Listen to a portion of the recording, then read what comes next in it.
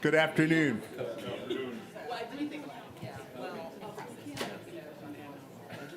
Good afternoon and welcome to the Wednesday, May 7th, 2025 regular meeting of the Savannah-Chatham County Board of Education. I will ask our secretary if the meeting has been posted. She assures me it has. We will open with our national anthem and pledge.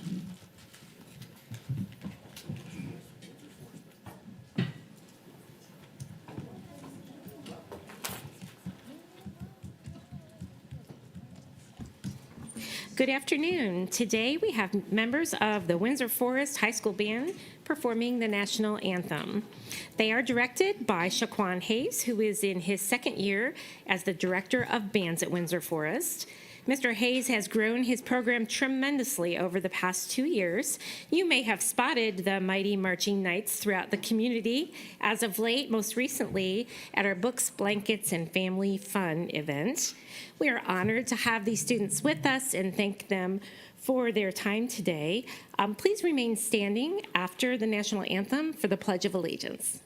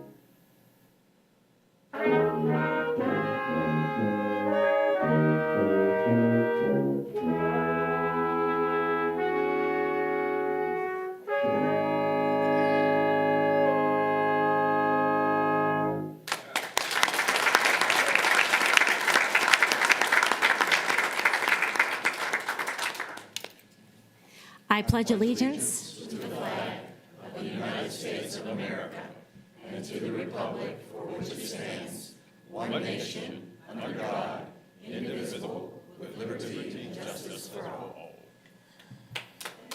All right, nice. Great job. Great job. Thanks.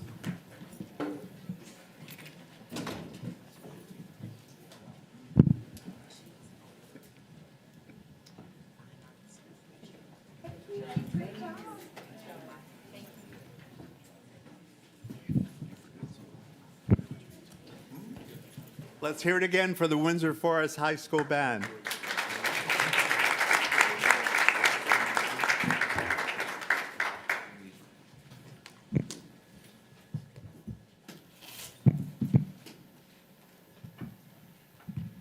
Okay, I'll accept a motion to approve the agenda. So moved. Moved and seconded. All in favor? Yes.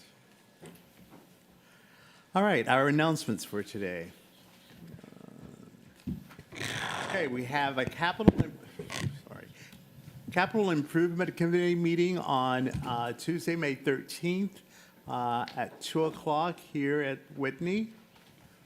We have the retirement reception. Of course, this is by invitation only, but on Tuesday, May 13th from 5:30 to 7 at Savannah-Chatham.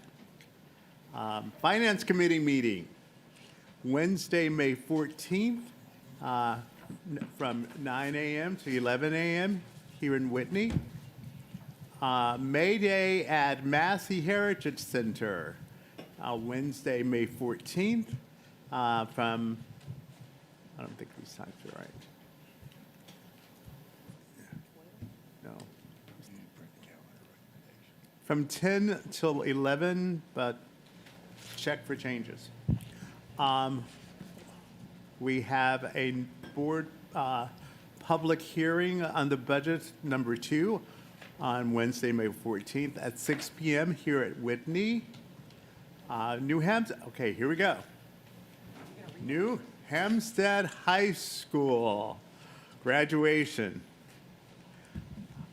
Monday, May 19th at In-Market Arena at 9 a.m. Jenkins High School graduation. Monday, I'm sorry, that's wrong. New Hampstead is Monday, May 19th at 9 a.m. at In-Market. Jenkins is at 1 p.m. at In-Market.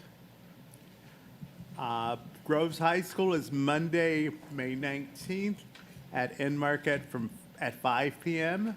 Windsor Forest High School, Monday, May 20th.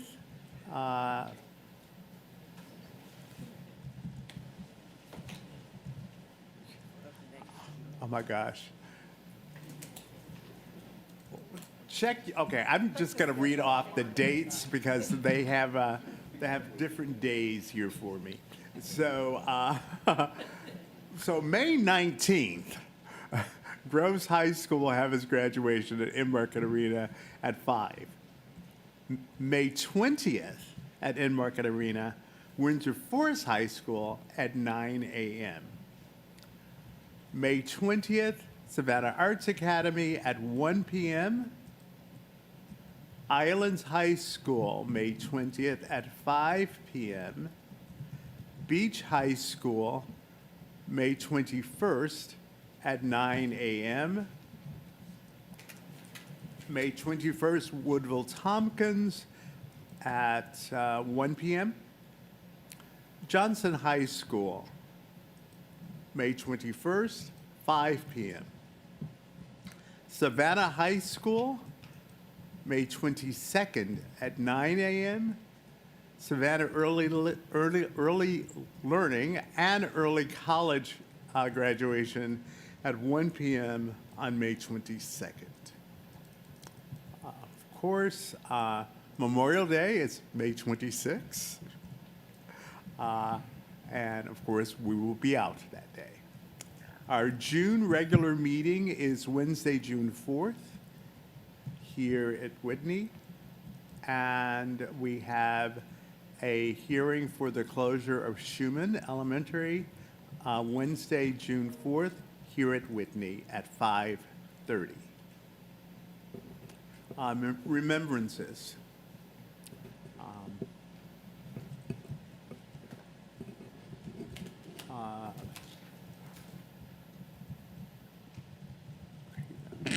Berna Ruth from Windsor Forest Elementary, data passing 4/22. We have paraprofessional Julie Jackson from the Learning Academy, data passing 4/18. And from Student Information Specialist from Butler, Cynthia Sims, data passing 3/26. If we could all stand for a moment of silence.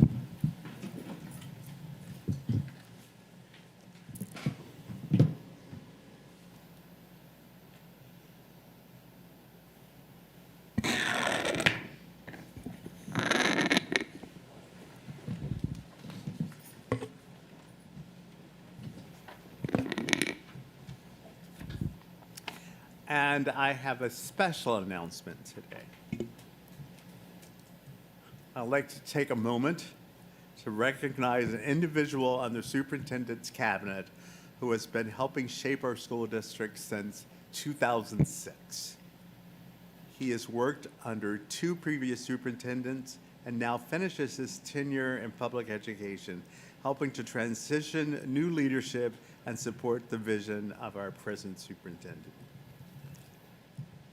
When the technology breaks down, how apropos, he's the first one we call.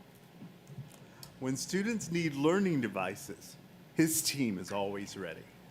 He has grown our major business systems, advanced our cybersecurity platforms, led our district data and accountability teams, worked closely with the board's accountability committee to refine the longstanding district accountability system and strategic plans. And he was the lead administrator to help define our school district as a strategic waiver school system. These are just some of the highlights of his work and major contributions to the students, staff, and families of our school system. Dave Feliciano.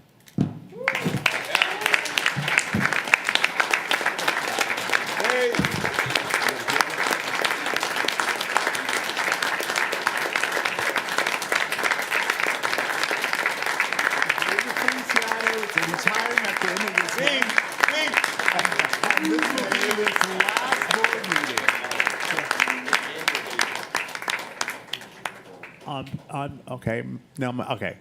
On behalf of the Board of Education, we just wanted to take a moment to say thanks, David, and make sure you know how valued your contributions are to this school system and our community. You are appreciated. We wish you the very best in retirement.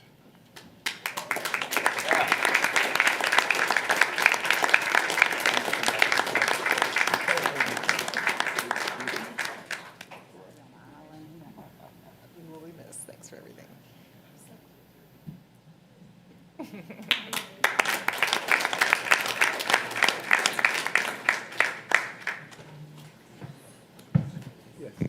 Yes, Dr. Howard Hall. I'd just like to add that he is the reason why we have sccpss.com, because when I first came aboard in Chatham County, it was chatham.savannah.georgia.us. I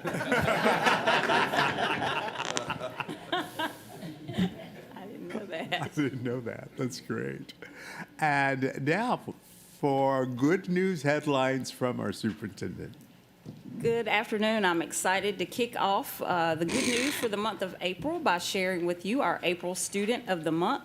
The Superintendent Student of the Month for April is a senior at Windsor Forest High School. The student is everywhere, according to his nominator, leading initiatives and building great relationships.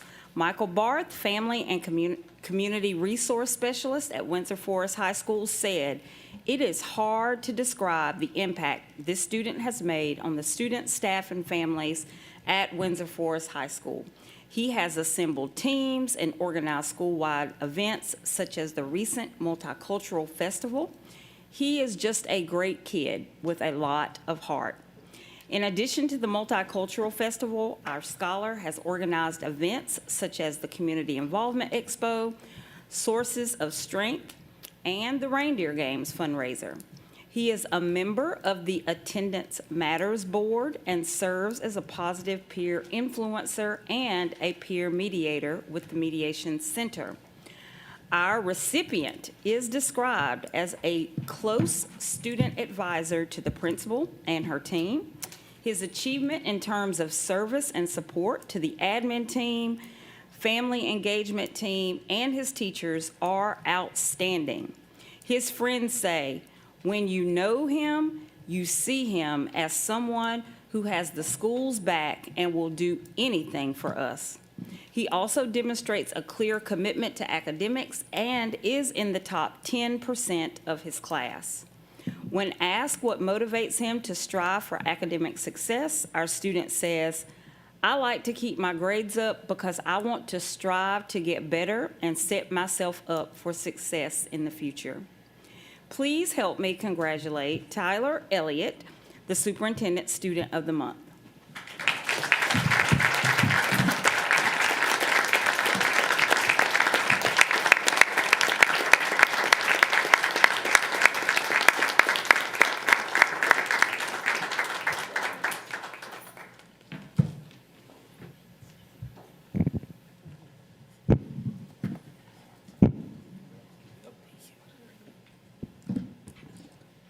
Great job. Congratulations. Tyler will be taking home several gifts from our sponsors, including Members First Credit Union, Advertising Specialties, Georgia Southern University, Gulfstream, and a $100 check from the Savannah Schools Federal Credit Union. In addition, Tyler and his English Language Arts class will receive copies of his favorite book, The Immortal Life of Henrietta Lacks by Rebecca Skloot, donated by our sponsor, E. Shaver Bookseller. And I'd like to take this time to recognize Tyler Elliott's family and friends, if they are here. Please stand. Thank you for all you have done to raise this amazing young man, and also his principal, Ms. Brooks, and Mr. Barth, his nominator. Please stand. Thank you also for pouring into this student and nominating him for this special recognition. I would like to continue our calls for applause today by extending a kudos to two of our high schools, New Hampstead High School and Woodville Tompkins Technical and Career High School. Both have been recognized with a 2024 Single Statewide Accountability Award by the Governor's Office of Student Achievement. The schools are recognized in the Greatest Gains category based on the most recent College and Career Ready Performance Index scores. Only 146 schools across the entire state were recognized as 2024 Greatest Gains schools. New Hampstead High School was awarded a silver for exhibiting high growth in student achievement over the last 3 years, and Woodville Tompkins was awarded a platinum award for exhibiting high growth in student achievement with academic growth over the last 3 years in the top 1% of schools in the state. Woodville Tompkins was one of only 15 schools in the state to be recognized at the platinum level. Let's give them a round of applause. And even more accolades for Woodville Tompkins. The Georgia Council of Economic Education has announced the top winners of the spring stock market game. And once again, it is Woodville Tompkins Technical Career High School student who took the top spot.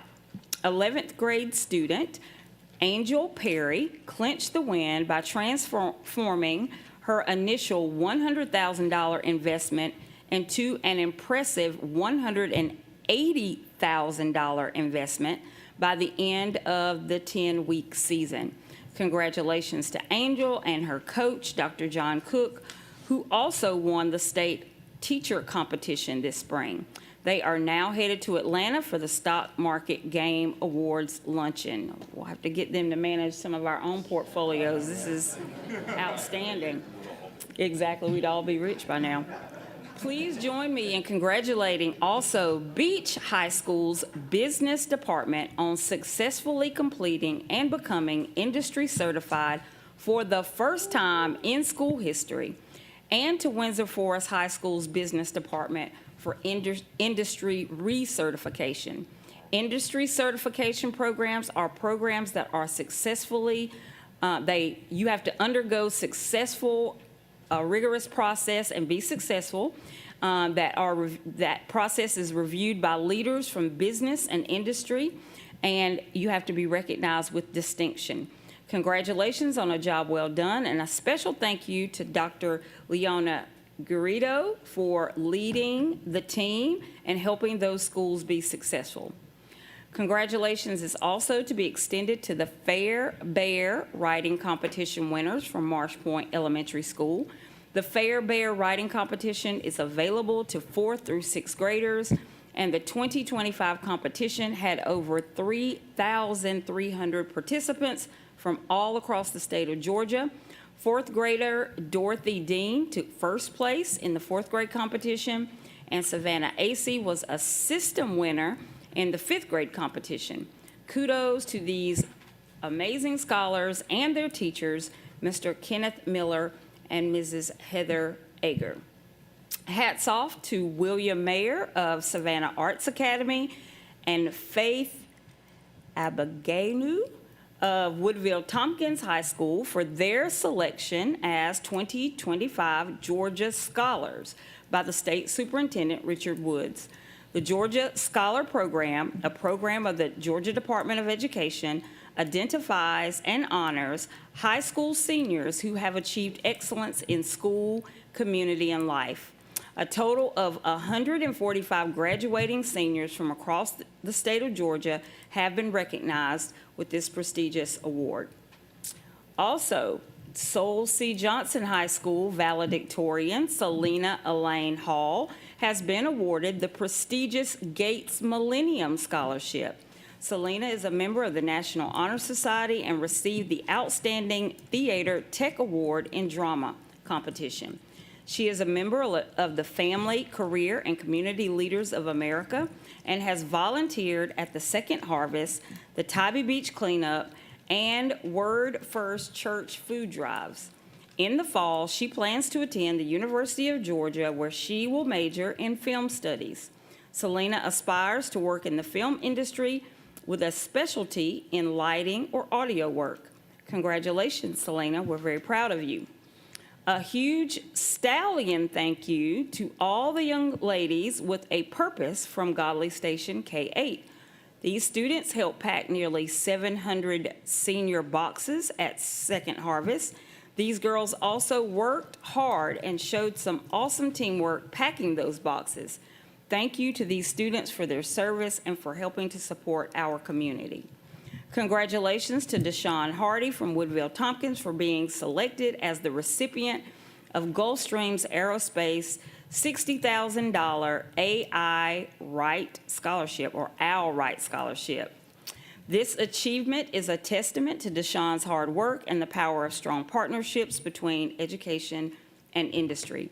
We are deeply grateful for our ongoing collaboration with the Gulfstream Aerospace partner, and we couldn't be prouder of Deshaun's accomplishments. The future is bright, and we can't wait to see where your journey takes us, Deshaun. A special thank you to Kyle Reidner for the incredible work he does with our students in the apprenticeship program, and to Al Wright for his unwavering dedication and tireless efforts. Additionally, our ongoing success would not be possible without the incredible leadership of Principal Alfred McGuire. Let's see, I've lost my place here.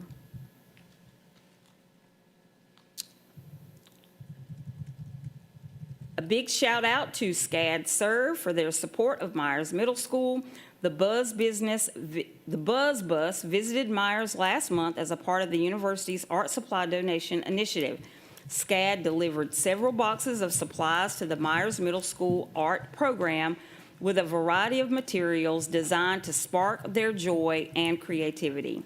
Following the art project in the classroom, hundreds of students were treated to a celebration in the gymnasium.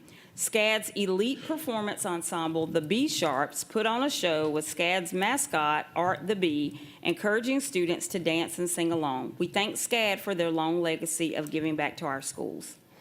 The Mediation Center also hosted the 2025 Youth Programs Recognition and Awards Celebration last month to honor the remarkable contribution of young peacemakers, including peer mediators, volunteers, and positive peer influencers who are making a difference in our schools. 2 of these schools were honored at the celebration. The Most Influential School Award was presented to a New Hampstead High School student for the school's overall impact throughout the 24-25 academic year. The Platinum Award was presented to Jenkins High School for conducting the most peer mediations and for successfully fostering a culture of conflict resolution.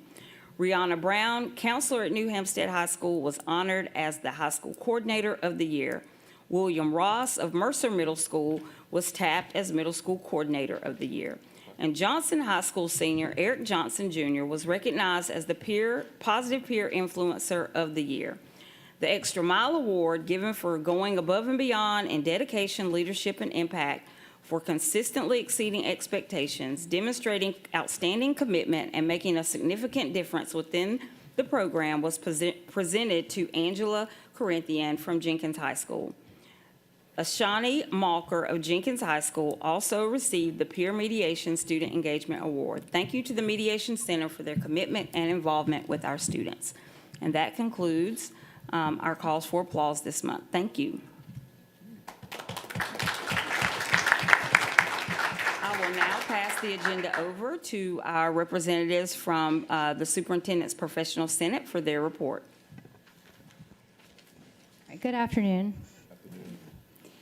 I'd like to say thank you to Chef and the Woodville-Tompkins Culinary Program students for providing hot and cold appetizers to help the Senate celebrate together as we met for the final time this school year. It was a delightful way to wrap up our time together, and thank you to Dr. Watts and the Cabinet for your support, and to Stacey Jennings for organizing. The Finance team presented the Budget Development Process Update to the Professional Senate to gain staff feedback on investment priorities for students, stakeholders, employees, and stewardship. After discussion on each topic, feedback was gathered via Mentimeter polls. One area in particular that was well received was differentiated support in high-need schools.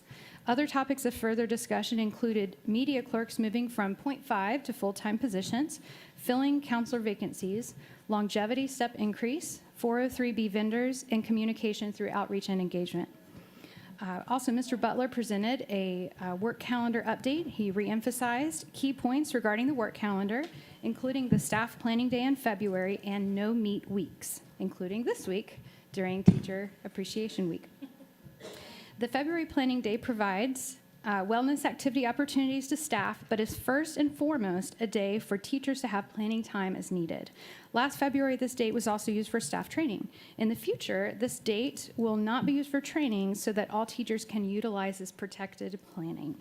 As part of the commitment to teachers for fewer interruptions to planning time, the district has provided 4 no-meet weeks where schools do not schedule meetings. Principals also have the option to add additional no-meet weeks to their school schedule. One request arose to have the dates for the no-meet weeks be posted on a landing page for employees, perhaps on ClassLink or Brightspace, where all teachers access daily. This will help with communicating and cascading information. The Senate Safety Subcommittee met virtually with Chief Enoch and Lieutenant Pratt to discuss safety in our schools and to advocate for resources for any site improvements needed. Dr. Watts and the Cabinet met to review information shared by the Senate. I also spoke with James May, head of maintenance, and learned more about the work order process and how much progress has been made this spring. Safety and security is a shared responsibility, and we appreciate the prompt attention from all district staff involved in attending to issues as they arise. Senate members were asked to reflect on the best practices and accomplishments of the Senate this year and on suggestions for next year's Senate. Feedback was gathered via Google Forms and will be shared with Dr. Watts and with our 2026 Tadia Nisby as we patch the torch for the upcoming school year. The 2026 Teacher of the Year, Jennifer Hughes, and the 2026 Instructional Support Person of the Year, Jabari Hyman, attended the Senate meeting. We have worked incredibly hard this year, and Nurse Borden and I are proud of the work the Senate has accomplished together. Thank you to Dr. Watts and the Cabinet for your attentive diligence, professionalism, and approachability throughout this process. We have worked together to make sure that the resources and procedures are in place for healthy, safe, focused, and productive teaching and learning environments. Thank you for a great year.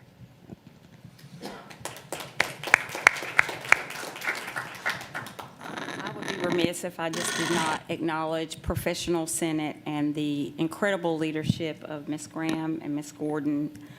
This year has been, I thought last year was productive, but this year was amazingly productive. And it's due to the leadership of Ms. Graham and Ms. Borden. So again, thank you for your leadership, and you will be missed. But we hope you'll stay plugged in. Mr. Hediger. Thank you, sir. Continuing on your board agenda, moving into board matters, we do have a few policies for the board's review. First one, item 6.01, is board policy BCAEA, hearings. You'll note that this particular policy code section is hearings appeals, and it really sets forth the process wherein an individual who may contest or be aggrieved with a decision of the board can effectively appeal it to the State Board of Education. So language has been cleaned up a little bit just to streamline the language and the process and the reference to that particular statutory code, which provides the guidelines for making that appeal. This is a 4-year review, first read. Any questions? Good. Moving on, item 6.02 is board policy CED. This is superintendent appointment. Very simple policy language here, straightforward, no recommended changes. This has been reviewed by staff and the board attorneys. No recommended changes here. Subject to the board's final review, we'll consider this one complete under the board policy review process.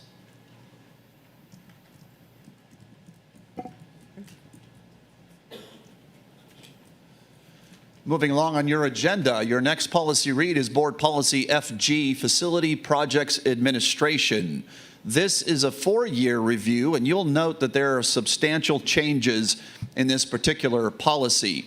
This policy has been an ongoing review behind the scenes, if you will, which recently it's been brought into the spotlight based on certain federal requirements and guidelines that have been provided recently. And in this review process, we've been able to fold in those recommendations and those requirements from the federal government as it relates to this policy area. So again, much of what you've seen in here is policy cleanup and is primarily coming from work that we've been doing with the board attorneys on this. I'd like to thank Attorney Holliday and Attorney Deacle, who have contributed greatly to the language recommendations that you see before you. This is a first review on this policy review under the 4-year review process. Subject to feedback from the board, it'll come back for a second adoption in June. Dr. Hoskins Brown. Thank you. I just have minor edits on this policy on the the second paragraph under long-range facility planning. The language in this paragraph that defines the long-range plan is from when we first set up a long-range plan and didn't have one. And so rather than the board is seeking to create a plan, we have a plan. We've had it for a while. So I've just made these edits to make it an active existing plan, and I'll pass it to Ms. Edwards. Ms. Grabowski. I did have a few changes that I sent to Mr. Hediger, and I apologize that I sent them kind of late. I did spend a little extra time reviewing this policy. I will share these with the board and happy to circulate them. For cleanup, there in the second paragraph, there was some contradictory language between whether repairs were or were not included, so I suggest some cleanups to that. And on page 2, about how RFPs and RFQs are procured, I would suggest that we remove email as an option. We now have an online platform for submitting proposals, and submitting proposals via email can be very problematic. So I would suggest that we remove that from the policy. On page 5, under the definition of local, we had some discussion previously. I think it was in the CSC meeting maybe, where we talked about what local means. I would suggest that we consider adding a requirement that a local business should hold a business license for at least a year to be considered local. That is not uncommon. It's something that I believe the city of Savannah and Chatham County both do. It kind of prevents pop-up vendors from simply applying to get a business license just to go after a project and be able to claim that they are local. I think at this time it's even more important that we are doing everything that we can to encourage our local vendors to be participating in our projects. And then the final change is in section 7 under our sustainability guidance. I would suggest that we expand this to really be a more holistic approach beyond just sustainability, but to also include human health and wellness, and retitle this High Performance Healthy Buildings. And under paragraph 1, include language to that effect that SCCPSS is committed to initiating, developing, and implementing sustainable business practices in the design, operations, and maintenance of our facilities to ensure that our buildings promote health and well-being of occupants while achieving energy efficiency, sustainability, and long-term cost savings. Accordingly, SCCPSS will pursue an approach to high-performance, healthy buildings that balance fiscal responsibility and stewardship with the intent of this policy as follows. And then add a bullet that includes some of the language that reflects importance of health and well-being of the occupants, including being designed to lower long-term cost of maintenance and ownership where practical, utilizing design guidelines, and be designed to promote healthy environments through strategies for high indoor air quality, energy efficiency, water quality and conservation, thermal comfort, natural light and views, noise control, safety and accessibility, sustainability and non-toxic materials, and regular maintenance and inspections. I know that's a lot. Happy to circulate it by email, and I apologize. It was kind of late in the day when I finally got around to digging into it. So thanks for entertaining those as considered modifications. Anyone else? Yes. President, just to address some of those comments, Ms. Grabowski, to begin with, the distinction, the repairing and repair language that you point out is copied verbatim from the statute. So to the extent that is creates potential confusion, it shows some of the potential ambiguity. I think the operative word is that comes before the modifier is routine, and that's the distinction they're trying to make is routine repairs versus some dramatic overhaul that makes it become more like something new. But thank you for that careful attention. As to the email, that certainly could be done. As a matter of practice, the district has migrated fully to an e-procurement platform, but we were thinking, just out of an abundance of caution, things happen, to give the purchasing department the flexibility to use email if there were the need to in some emergent basis. But that is certainly not expected as a matter of course. Appreciate your additional thoughts on the local business. We made some other changes to try and make sure people are not gaming the system, as it were, and we appreciate that additional idea, as well as your addition of the wealth of your experience to the sustainability portion, which was really something that we didn't dive into very much on this, and we appreciate that extra insight. Mr. Kachmar. I appreciate the effort that went into reviewing and revising this policy. I agree with Ms. Grabowski's comments. I would add, I would like our mission statement or goal or policy at the beginning of this to be focused on an efficient, expedited process that is legally compliant.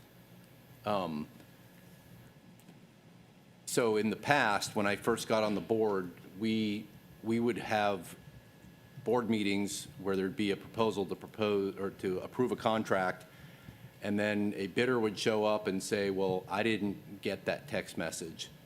And then somebody would say, well, there was an email, it was posted on the website, it was posted on a piece of paper outside of our procurement office, it was in the paper. Yeah, but one time 3.5 years ago, my uncle got a text and I didn't get one. And so we would delay a vote on the contract. And I'm being a little facetious, but not much, right? And so to the point where we can be, and part of it was growing pains with East Blast with trying to build a local vendor base so that, you know, we would have more competition, et cetera. But we're a mature procurement entity now. Entities know how to do business with us, and if they can't figure that out, because we've simplified our process, then I'm more interested in moving forward efficiently, externally and both internally, because it's a burden on our staff as well. So to the extent we can minimize our jumping through the hoop requirements and still comply with Georgia law, I'd like to do that, because we've had historic concerns about efficiency and the process being slower than slow. So I'd like that to be our goal in dealing with vendors, because it's easier for them too if they're if they know I have to do 3 things instead of 17 and make sure one has a blue cover and the other's on a USB drive and all that stuff. So I'd like efficiency to be a driver as well. Thank you. And to that point, Mr. Katchmar, with the rollout of the new bonfire system, we retooled the forms. We've condensed the supporting documentation to the solicitation forms from 14 to 4 and tried to make it more streamlined and easier to read. Just so everyone knows, we did not set that up. It looks like it, but I think we can do better. I think we can do better. So this is the first. We can always strive to do better. This is the first read. Thank you. Anything else? Anyone else? All right, Mr. Hediger. Thank you, sir. Moving on, we do have one other policy change. This one is aligned to some of the work that we did under FG, which was in response to recent federal recommendations and guidelines. This is Board Policy FD. This is the area where we have facilities long-range planning, and this particular review now is a mid-year review, and again, this is being brought in a bundle, if you will, because this recommended change also aligns with portions of what we did under Policy FG. So while this is a mid-year review, it is a first read to the Board of Education. We'll come back for a second read adoption subject to board feedback. Dr. Hoskins-Brown. Yeah, sorry, I meant that one. I'm sorry? This is the one that I had edits for. Oh, okay. Yes. Noted. Okay, did you get that? Okay, all right.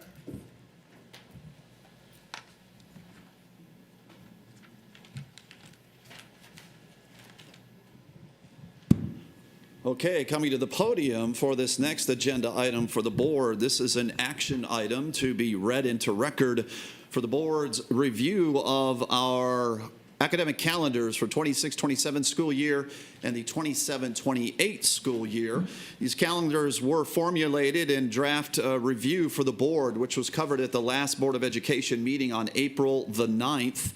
These calendars in the development process do mimic the previously adopted 25-26 academic calendar and considers the pressures of certain events that we'll say here in our market that are unique to our area, and other pressures of the calendar that we want to account for. Some of those key factors are the timing of the first day of school, the timing for state assessments, staff planning days, remote learning days, previously known as e-learning days. You'll now see them on the calendar as an RL, remote learning days, and there are fewer of those in these calendars, as we've heard by feedback in the process of getting to the calendar recommendations. Of course, federal holidays, Thanksgiving break and winter break, and of course, the ever-popular St. Patrick's Day break here in Savannah. Both of these calendars do represent 180 instructional days. They do have the required 10 staff planning days.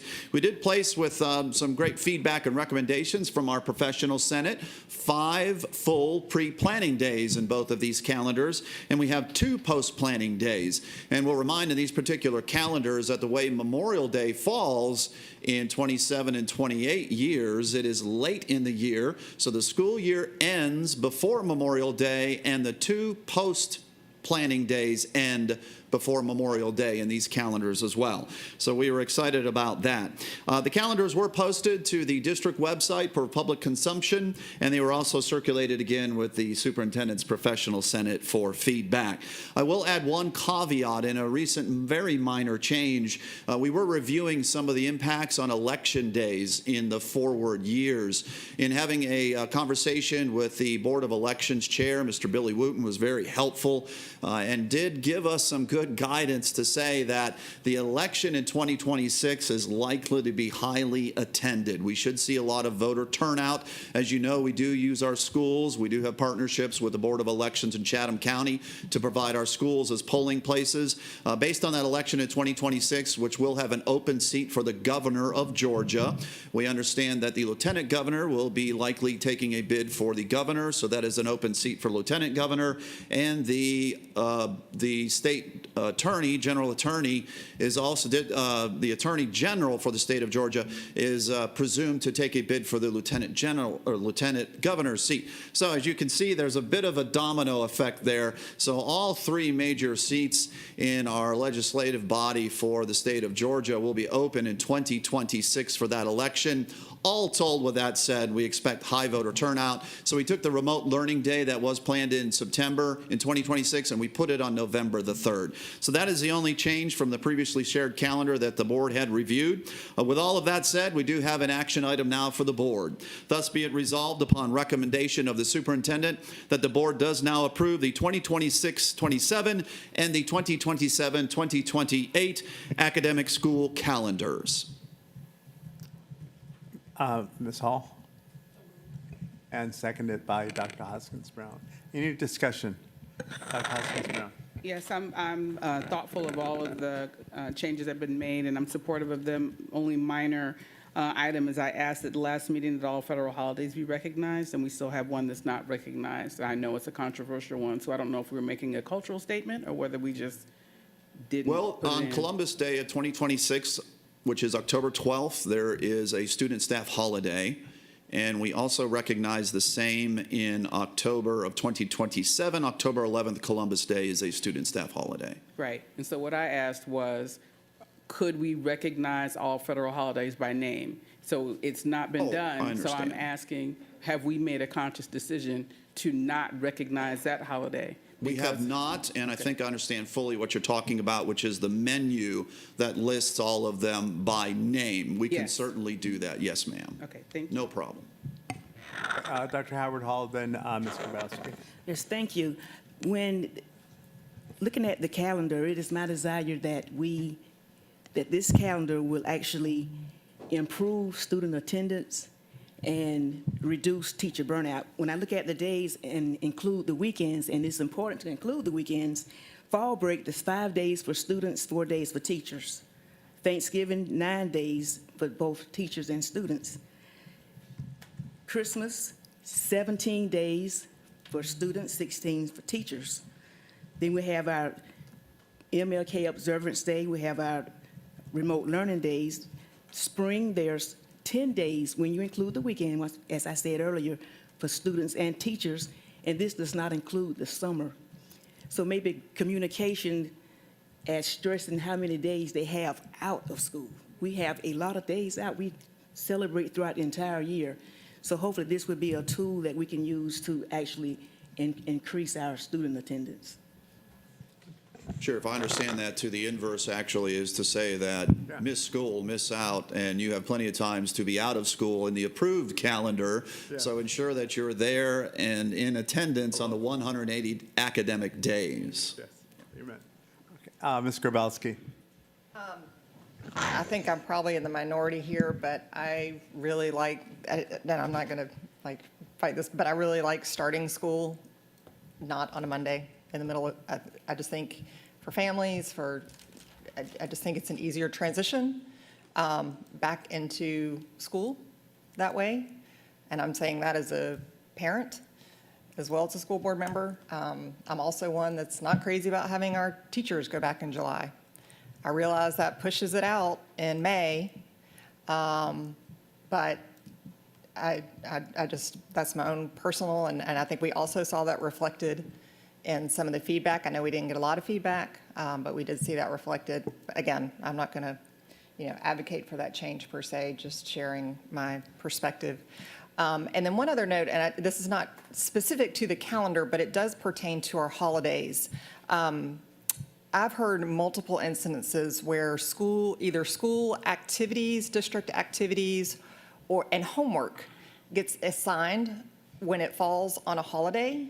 And so I think that's a disconnect maybe with our academic team, that we are protecting those true days off as days off for our families, for students to be assigned, given an assignment that's due right after a holiday when they receive the day before, is not honoring that holiday.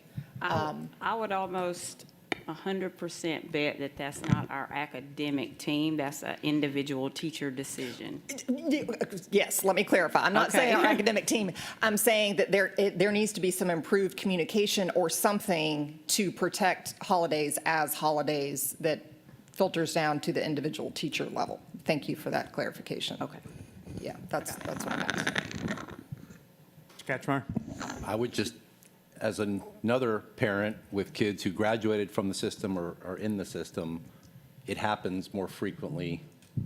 And it's, the whole point of a break is a break. Right. So, messaging. Yeah, okay. No, go, Dr. Brigham. It was going to be me, so I'm always lost. Go ahead. I'm good. The last commission first. Everything. It doesn't need to happen on this one, but I would love to have a rubric for our designated makeup days. Okay, yeah, just, I know, I'm gonna keep drumming it until I see it in writing somewhere so that we can educate Chatham County on if this happens, then this, rather than what's the school board gonna do? When people call, you'd be like, there isn't a vote, here's the policy. Yeah, so thank you. We talked about it extensively. We did. Anyone As early else? As Monday. I just have a clarifying question. And we may have addressed it with this calendar. What are we doing for the Jewish holidays? And if students are out on those holidays, are they counted absent, or is that an excused absence? Not Well, as everybody. it relates to the attendance and the absence, I would have to defer to our academic team, but these calendars that we have adopted over the years, based on the pressures that we have, again, on the available days in front of us, the breaks that we commit to, have traditionally utilized Good Friday as the holiday on the calendar. So as far as a day off goes, any particular Jewish holiday I'm not familiar with as far as a day off goes, but as far as how we recognize it across the district and how we manage and work with our families for those days off is something we could look at. Okay, thank you. Yep, so those are excused absences. Thank you. Okay, that was my question. Okay. Dr. Brinkman? Reverend Smith and I had a sidebar, and is that written somewhere in, we talked about attendance this morning a bunch, so is that part of some policy that? Yep, it's in talks about- policy JBA. Yeah, Yes. okay, about religious holidays being excused? Yes, Awesome, there you he's go. right. It's in JBA, yeah. Thank you. All right. There being no more questions, call for the vote. All in favor? Thank you very much. Turning to the agenda of the board president for item 6.06 and item 6.07, board proclamations. So I will be reading the National School Nurse Day. As a school nurse, I am proud to read this, or not a school nurse, but a nurse. So a proclamation is presented to celebrate National School Nurse Day. School nurses are considered an integral part of the educational process, contributing to the well-being of every child to ensure all students achieve success in school. We, along with the National Association of School Nurses, celebrate and acknowledge the accomplishments of school nurses everywhere and their efforts to meet the needs of today's students by providing and advocating for quality student-centered care. We offer gratitude for school nurses, not just on this National School Nurse Day, but in every opportunity throughout the year. Thus, be it resolved by this Board of Public Education that we do hereby proclaim May 7th, 2025 as National School Nurse Day. Now, we need a motion first. Okay, I need a motion to accept this I so move proclamation. that we accept. Go ahead. I so move that we accept. Second? All in favor? Aye. Aye. And nurses, please come up.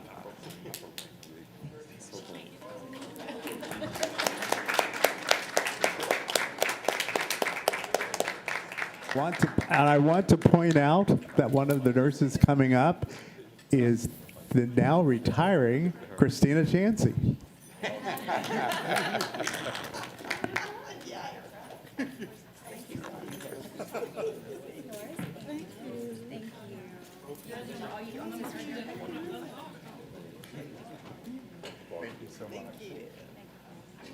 Captain.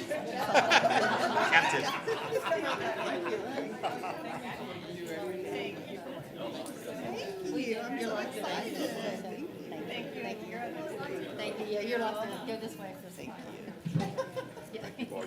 Thank you. I was waiting for you to say one more question. Thank you. Thank you. Wonderful. Thank you. Thank you. So much. Thank you. I love you guys. Thank you. Thank you. Thank you. Thank you. Thank you. You guys did a great job. Your sentiments.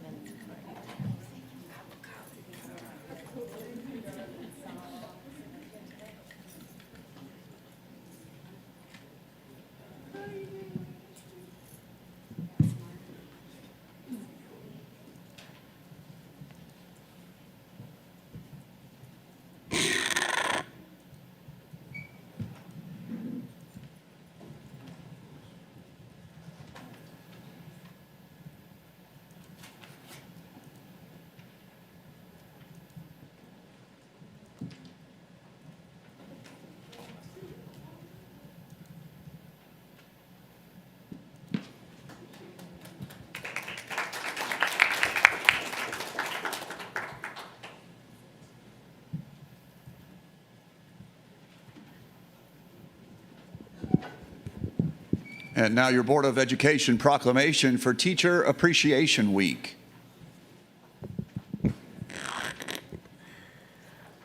I am so honored to bring before you the proclamation for the National Teacher Appreciation Week proclamation. It recognizes the valuable contributions of our teachers. The Board of Education would like to officially recognize Teacher Appreciation Week that is designated nationally from May the 5th through May the 9th of 2025. Thus, be it resolved that the following proclamation be adopted. Whereas Savannah-Chatham County Public School teachers make schools great, and whereas teachers work to open minds to new ideas and knowledge and dreams, and whereas teachers keep American democracy alive by laying the foundation for great citizenship, and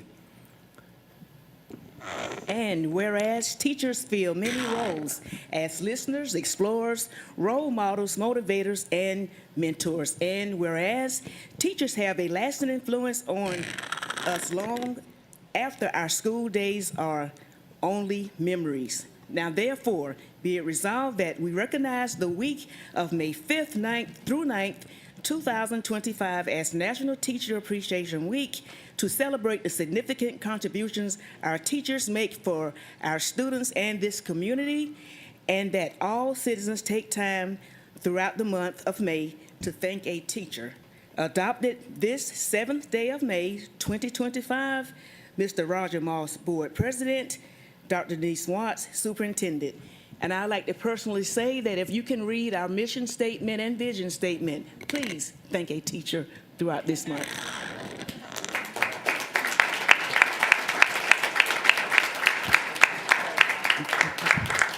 Once again,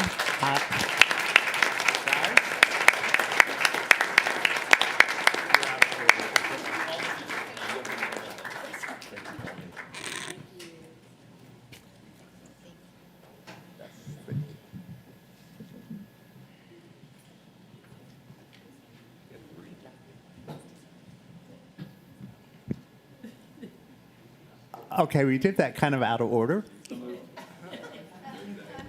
I make a motion. Accept an motion. It's moved and seconded. All in favor? Thank you. All right, now I'll accept a motion to approve the consent agenda. Yeah, what? In my packet, the minutes are in front of the consent agenda, and I have corrections to the Oh, minutes. I'm so sorry. No, huh? They're on board docs, it's in there. Is Okay. it? Okay, all right. Yeah. Okay, No, so it's after the consent. Oh, it is. No, Yeah, it's in. In the packet, it's before, but in the I'm only going by my paper packet. So That's I fine. move to approve the consent agenda, and then I'll make my You're comment good. then? Okay. Cool. Yeah. Moved and seconded. Now, discussion. Thank you. In our minutes on page, minutes of the last board meeting held on April 9th. Okay, there's not a page number. It's item 6.15. It has voting for the motion, including Dr. Howard Hall, but Dr. Howard Hall was not present. And on the voting of the consent agenda, it has Mr. Kashmar as voting nay, but I believe he abstained. Abstain, correct. Okay, all right. Okay. It's been noted. Okay, any other discussion? All right. All in favor?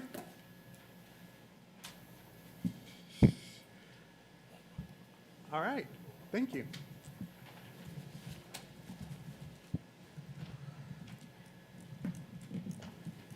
Where are we? Okay. All right. There we go.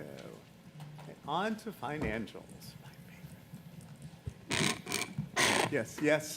Sorry, Mr. Moss, I just want to commend the staff on one of the items that was in the consent agenda on the resolution for Renaissance Learning, the Nearpod Plus and Flowcabulary Plus software. The resolution for that was so excellently done. It had who, what, why, the background, why, and how we would use it. And I complain about resolutions when it doesn't have enough information. This was the resolution on Renaissance Learning. It had everything I needed to shut up and not argue at all about it. So I encourage you to do that with all other resolutions. Yeah, someone please do more of that.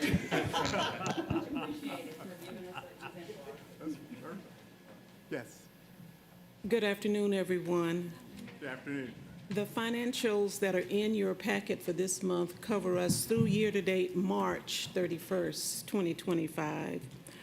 For these statements, it's 75% of our fiscal year and 75% of our school years elapsed. For Fund 100, the local property taxes are currently at 66.8% of our budget, which is a little lower than where we were this same time last year at 68%. Total general fund actual revenues are at 69.87% of our budget compared to 69.8% last year, so we're right for the total. Our actual expenditures for teachers are at 61% of our current budget, which is lower than is expected at 75% at this point of the year. And our other support salaries are at 67%, which is lower than expected between the 70 and 75%. Our total general fund actual expenditures are at 61.6% of our current budget as compared to 59.2% last year. Have any questions on our finances? We have nothing else to report on our other funds, exceptional or extraordinary. Mr. Kashmar. I just have a general question. Are we getting any forecasting information from tax collector's office or the state on the impact of tariffs and anything going on economically on projected tax revenues in the short term and long term? I haven't seen anything. Have you We haven't received received anything? any notifications yet. No, sir. If those start coming in, could you please share them with us? Yes. Yes. Thank you. Thank you.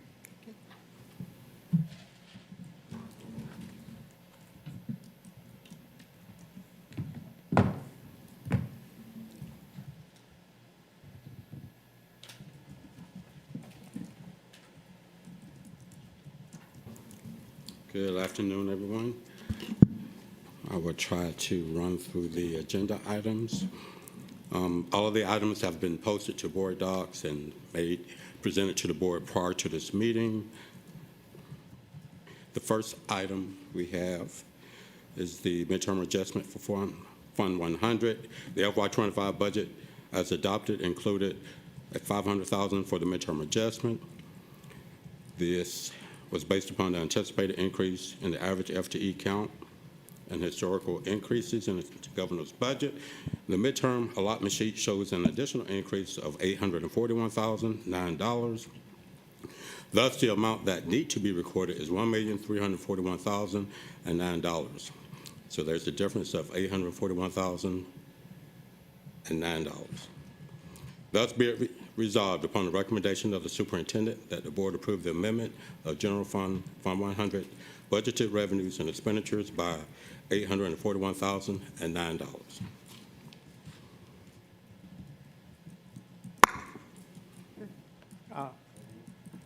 Been moved? Second. Moved and seconded. Any discussion? All right. There being none, all in favor?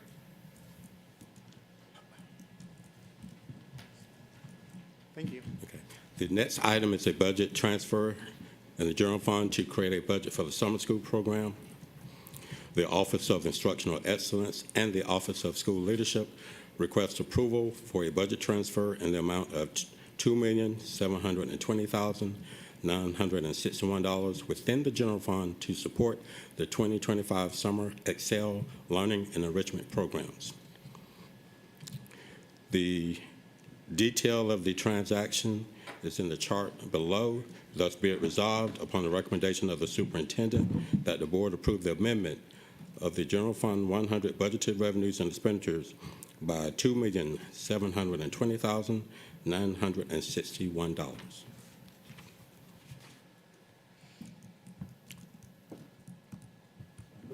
Okay. It's been moved and seconded. Any discussion? Yes, Ms. Grabowski. Certainly support our summer learning opportunities and all they present for our community. A couple years ago, well, whenever it was when we came out of the COVID fog, we did a big push with Embrace on our summer programs. Right.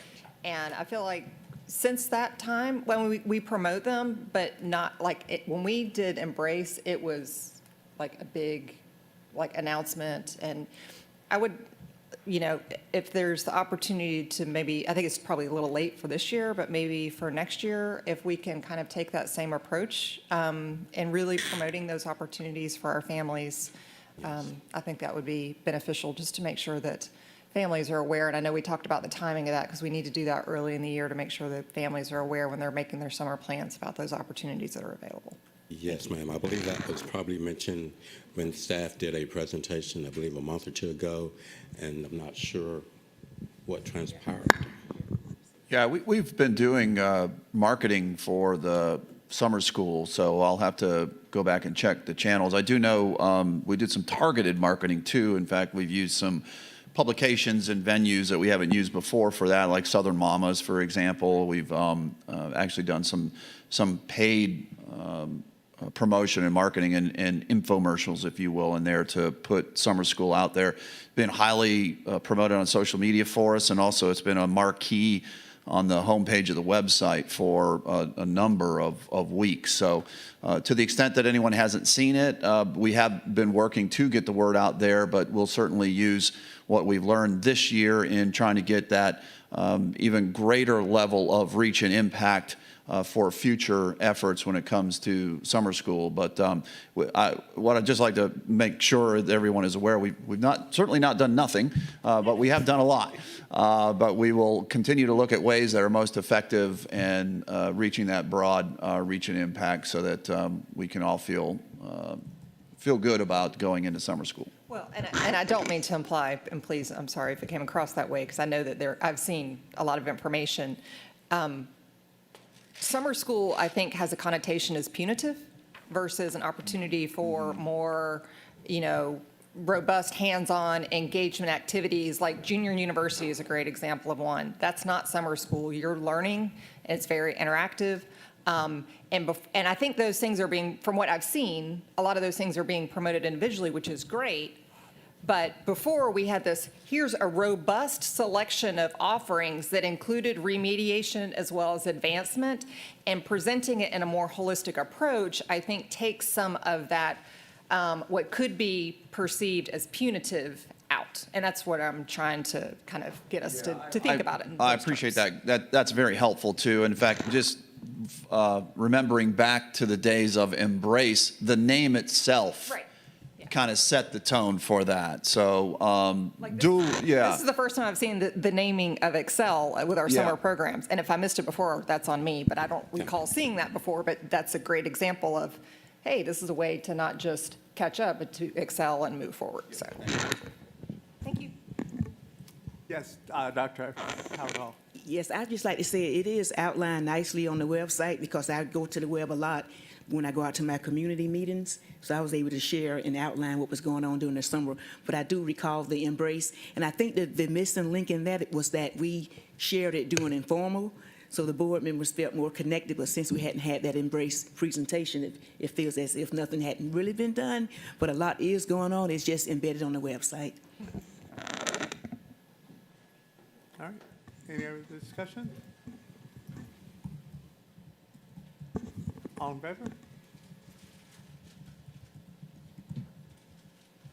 Wonderful. Thank you. Okay, the next item is an East Plus 4 transfer. It started out as one big transfer, and as you noticed, we divided it into 3 parts. So the first portion of that is a budget transfer for revised programs scope. Capital projects develop the final list of projects to be completed in East Plus 4, and budgets that will align with the anticipated revenue. The current East Plus 4 budget includes projects that have expanded scopes and are now scheduled to be completed in East Plus 5. Below are a list of projects where we are making adjustments. Thus, be it resolved upon the recommendation of the superintendent that the board approve the budget transfers detailed above to align East Plus 5 budgeted costs, East Plus 4 budgeted costs to the revised program scope and revenue. Moved and seconded. Any discussion? Mr. Ketchmark.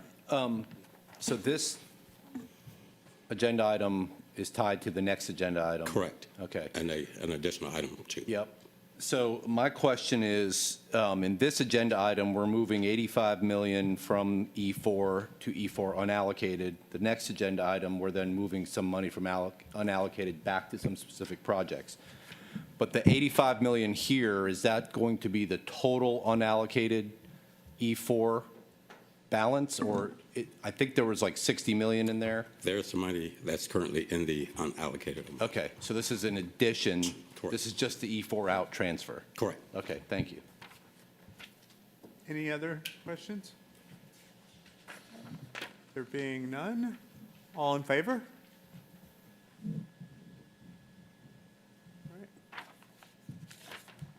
Okay. The next item is really to complete some items that will remain in E4. Due to both the expanded project scope and the projects listed below, and to cover cost increases recently experienced in the construction marketplace, the budgets for the remaining East Plus 4 projects need to be increased in the amount of $64,765,200. Thus, be it resolved upon the recommendation of the superintendent that the board approve the budget transfers as shown. Been moved, seconded by Dr. Howard Hall. Any discussion? Yes, Dr. Howard Hall. We have a question. Mr. Cashmore alerted earlier about tariffs, and I noticed here that the construction marketplace, with the increase, does that have anything to do possibly with tariffs? If not mistaken, most of these increases were before the tariffs. Okay. All right, no more questions. There being none, all in favor? Okay, thank you. The next item, bid 21-02, lawn care services.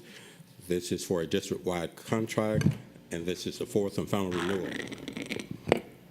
Thus be it resolved upon the recommendation of the superintendent that the board approve the fourth and final renewal of bid 21-02 lawn care services district-wide annual contract to the firms of Manker Landscape LLC and Tidewater Landscape Management for an estimated annual cost of $1,120,000 to include any as-needed out-of-scope work.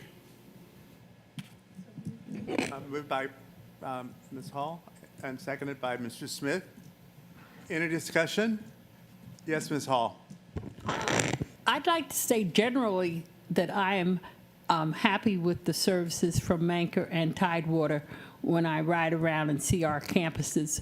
I just wonder, there are some things on the campus that aren't really the province of the lawn keeper, so I guess that's our inside Maintenance. division maintenance that we'd have to talk to Ms. Davidson about. Okay.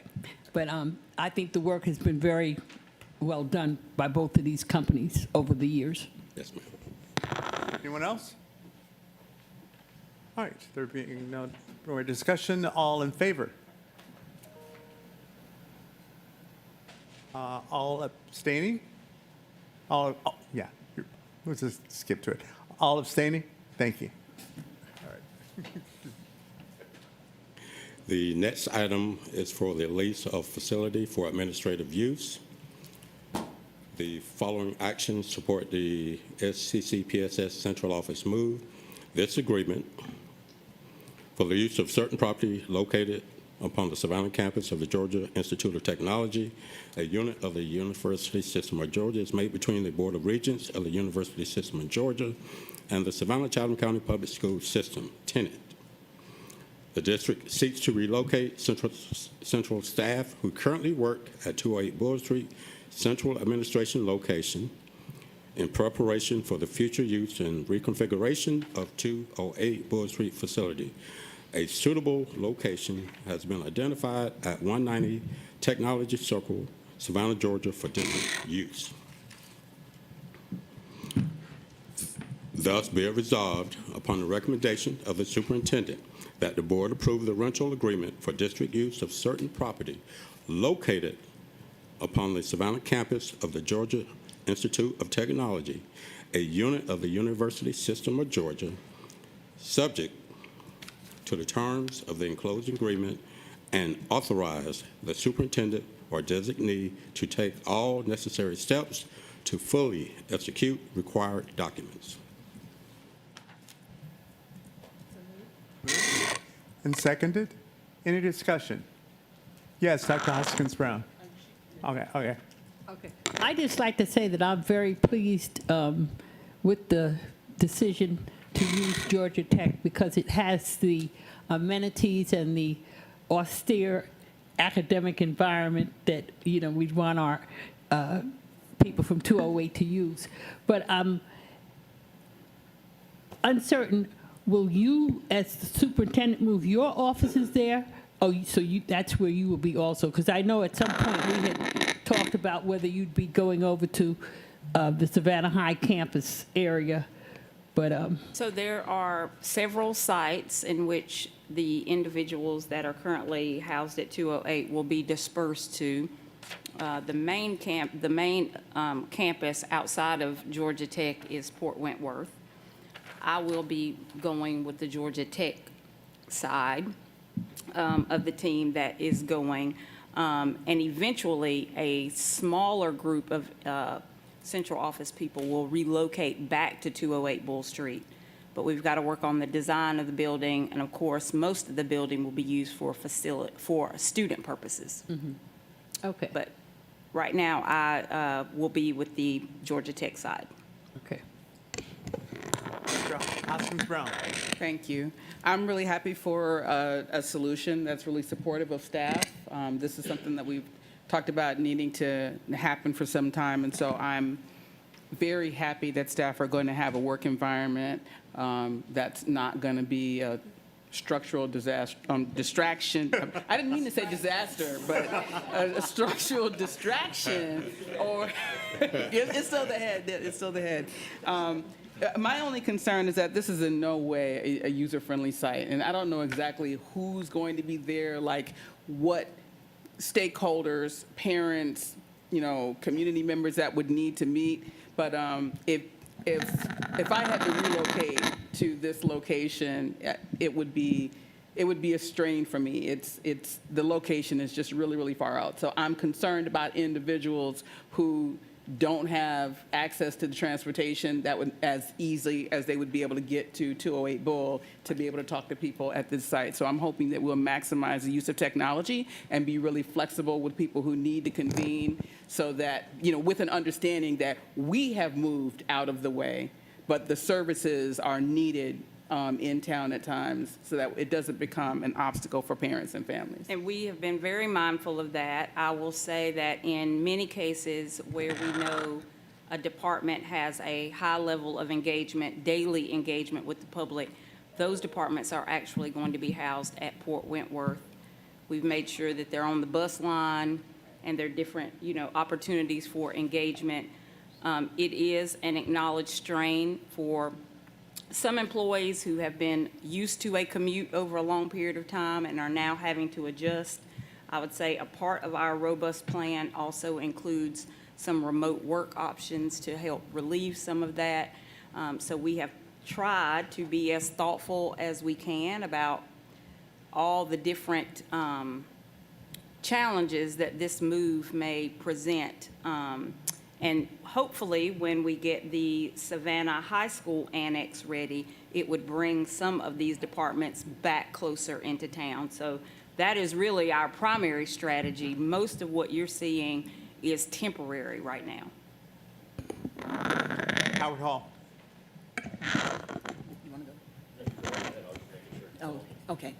Yes, thanks for addressing everything as everybody just asked questions. I thought about the printed materials with 208 Bull Street with the address on it.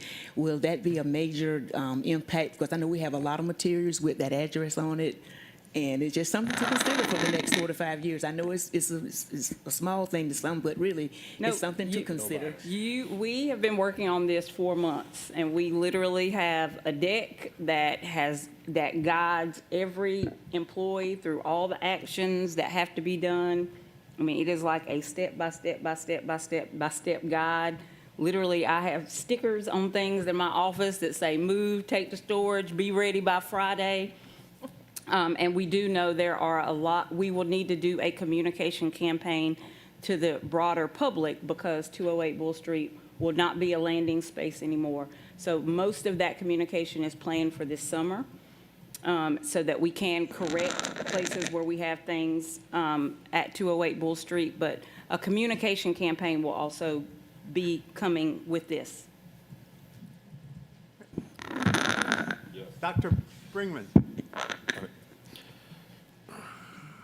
I fully support the need for our staff to no longer be in 208 in its current condition. It is difficult to swallow these numbers when I am supposed to look out for the taxpayer's dollar. I would love to know the last time that Georgia Tech was able to rent this 25,000 square feet. I think that building's been empty for a really, really, really long time.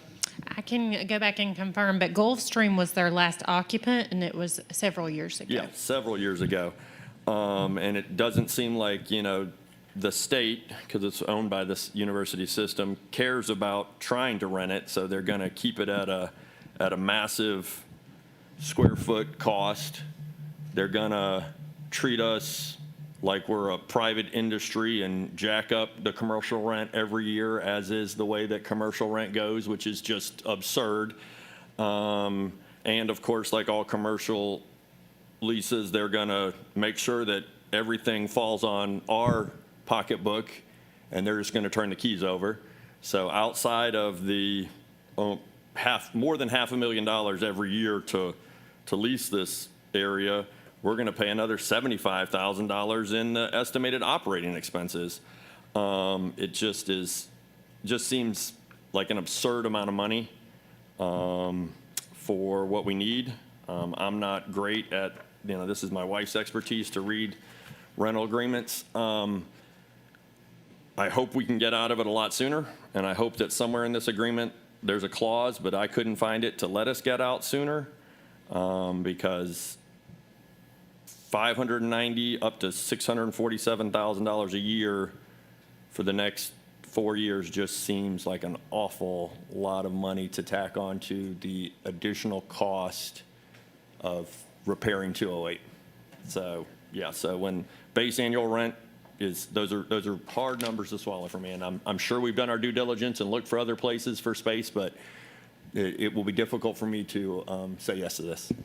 Acknowledging your concerns, I do want to be clear that Georgia Tech, it's a bond payment for this space, so they are not tacking on an additional cost. That's just a pass-through for what they have to pay for the management fees and other pieces. They haven't done. Talking about on the operating expenses. Yes. On the, yeah. I mean, that's still just, out of the $74,000, $55,000 of it is just the maintenance of air conditioning stuff. I feel like we already have people that can maintain stuff, so why are we having to pay for a maintenance agreement when we have individuals that we employ that maintain things like, it's the state nickel and diming the state and moving tax money around, and it irks me. So it might not irk 4 more of us, but it irks me. I acknowledge the cost. I will say Georgia Tech has been a good partner to us. We do monthly principal meetings there, and I think we do so at no cost. Low cost. Very low cost. Minimal. So we have leveraged their facility monthly since I have been here. And that is actually one of the preferred locations for when we meet as a team or when we bring all of our principals together. So I do recognize that, what you see black and white is, it is a lot of money. We did explore, I don't know how many other sites. It was comparable, if not more, and the facilities in and of themselves would not have accommodated what we need or would have posed many other issues.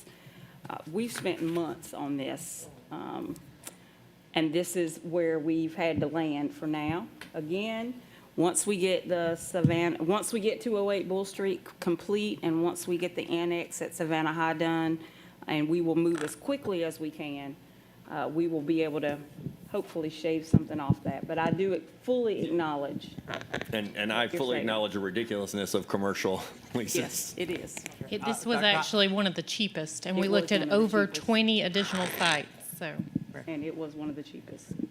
Dr. Hoskins-Brown?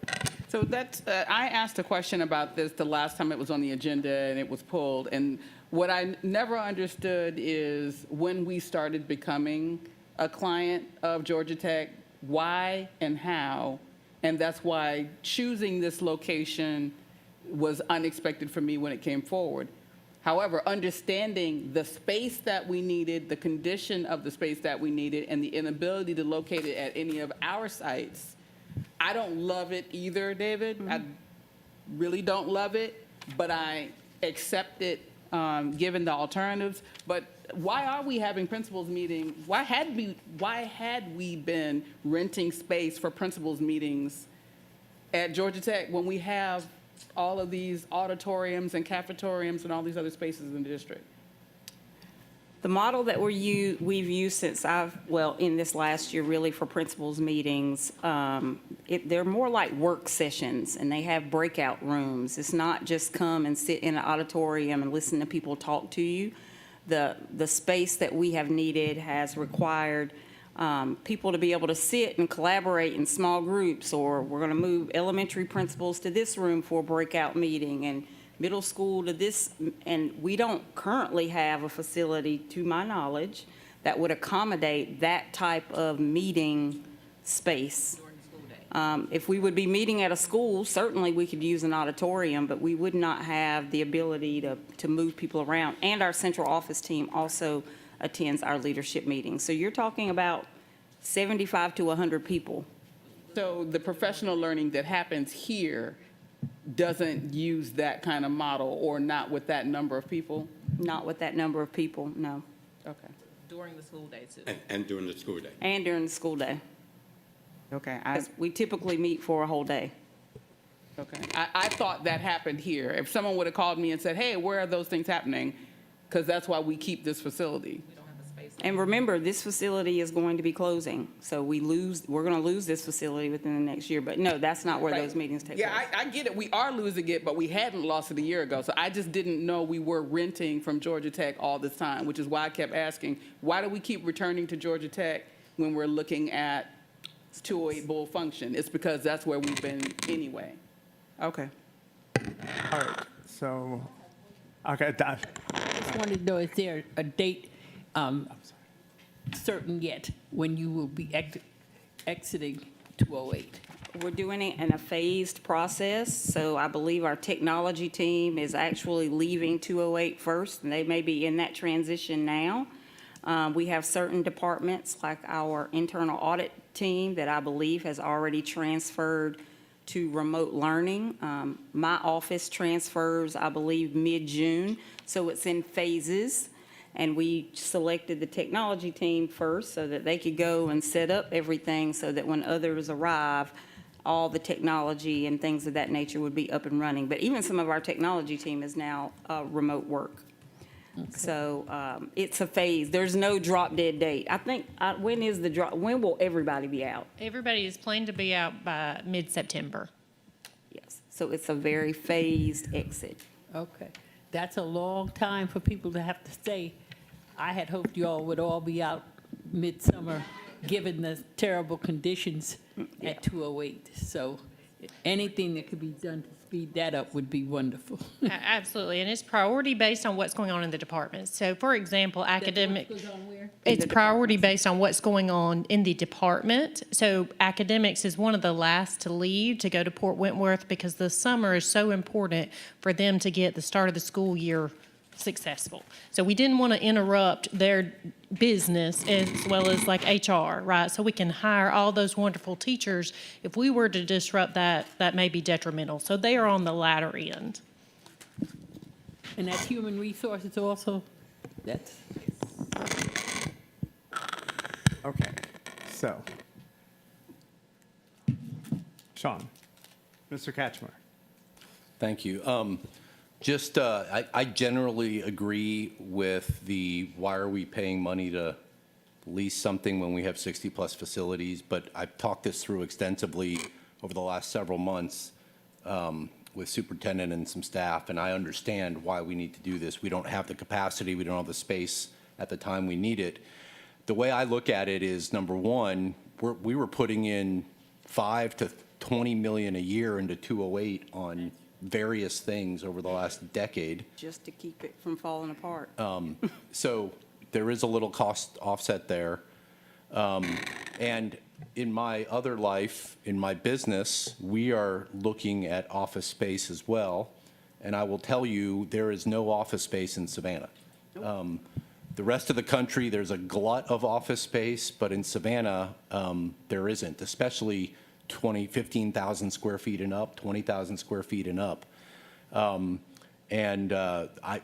know that just from our business, and this space in particular, I think it also is already outfitted. I think Gulfstream left cubicles and desks and filing cabinets, and so it's not a perfect solution, but it's a pretty good solution given the market. And the pricing per square foot too is, downtown Savannah, prices are 57, No way we could- 52, high 40s, triple net, and that's, so there, I'm not offended by this lease at all. And I know that you all did your due diligence looking around for office space. The other thing is, am I reading this right, that it's a one-year term and it's renewable at the landlord's discretion, not ours? Because it says landlord may offer tenant an option to renew at the expiration of its term for up to 4 consecutive one-year terms. That's 4.1. So, Yeah, and I think they're trying to maintain some flexibility. I think an option to review, I read that as we have an option to renew. They're offering us the option to renew. So I think it's a two-way relationship. It's not that we're stuck with being there for 5 years. It's year over year, we have the option. That's how I read it. Well, I see a one-year commitment with one-year renewals, but it also says landlord may offer tenant, not the parties may mutually agree to renew. So let's just think that through. We'll get clarity, but I think an option to renew means we have an option, so. With the full caveat that I'm not a real estate attorney, I don't play one on TV. I did not stay at a Holiday Inn Express last night. We can make sure we address that in the final contract. Okay, Mr. Smith? Thank you. Thank you for this conversation. I wanted to ask a question. Do we have any plans on attempting to build or acquire a property that will be able to hold and house our principal meetings so that we're not always. Do we have like a date by which we think, do we have like a date by which we think we'll be able to move some out to the annex at Savannah High or Port Wentworth? We do have timelines on those projects. However, I don't know that it would decrease our footprint in that facility, nor would that reduce the cost that we're paying. Because of the way the space is configured, it really is not suitable to partition off so that you could have two different entities coexisting. Is that the? That's absolutely correct. So it would be challenging to partition it off or to add additional walls to create a separate space. But the idea is to keep in mind that we are having to pay additional funds for the leased space. So as we can utilize the timeline to maximize Bull Street and the Savannah Annex, we are maximizing that construction as much as possible. And I think one of the things that's been brought up here that would be interesting is for us to show how much we currently pay to operate 208 Bull Street, because that offsets or minimizes the price that the money that we are spending. And we are also prioritizing 208 Bull Street and the annex at Savannah High. They will be two higher priority projects. We're trying to make sure we take care of the schools too. We got the West Chatham, but we have moved those higher up in the priority, knowing that we need to get out of paying a lease and get back into our own property. So there are multiple strategies happening to, as fast as we can, get out of the space to minimize the cost that we are putting into this space. Awesome. So that's great to hear prioritizing. I think that's wonderful being the West Chatham representative. I can understand that we can walk and chew gum at the same time, and we can do all the things, but I think it's good for the public to hear that we are prioritizing this so that we're not spending money on rented space. Paul? Dr. Watts, once Savannah High Annex and, well, I'm thinking, how soon can we sell this building? We would have board meetings at the Savannah High Annex or wherever, so that we could get this money on the books for this property. So this space has become an interesting discussion. It was going to be my hope that we would be able to get out of this space late fall at the latest, because we would be moving the existing records office and print shop from this facility over to Port Wentworth.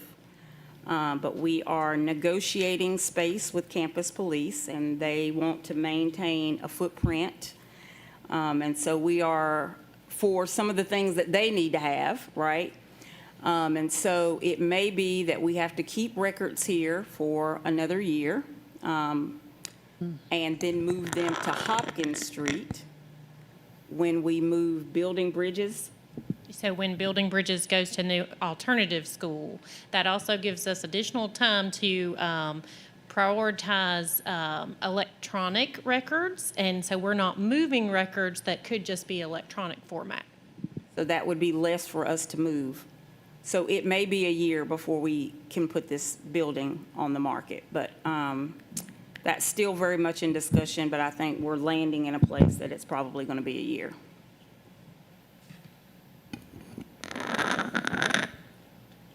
Mr. Kachmar? There's a motion pending, right? Yes. So I'm going to move to amend the motion to authorize the superintendent to execute any agreement that might be amended to address some of the issues we discussed during this conversation, like clarifying the renewal term, as long as it doesn't substantively modify the entire term or the monetary value. Moved and seconded. Discussion on that? And, oh, yeah, go ahead. I just really do think that the concern about whether or not it's a mutual discussion of renewing the contract is a really important item. I mean, that's kind of a deal breaker. All right, so, all in favor of the amendment, Wonderful. Okay.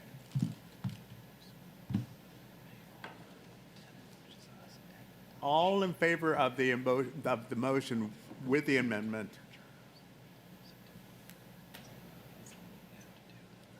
All opposed?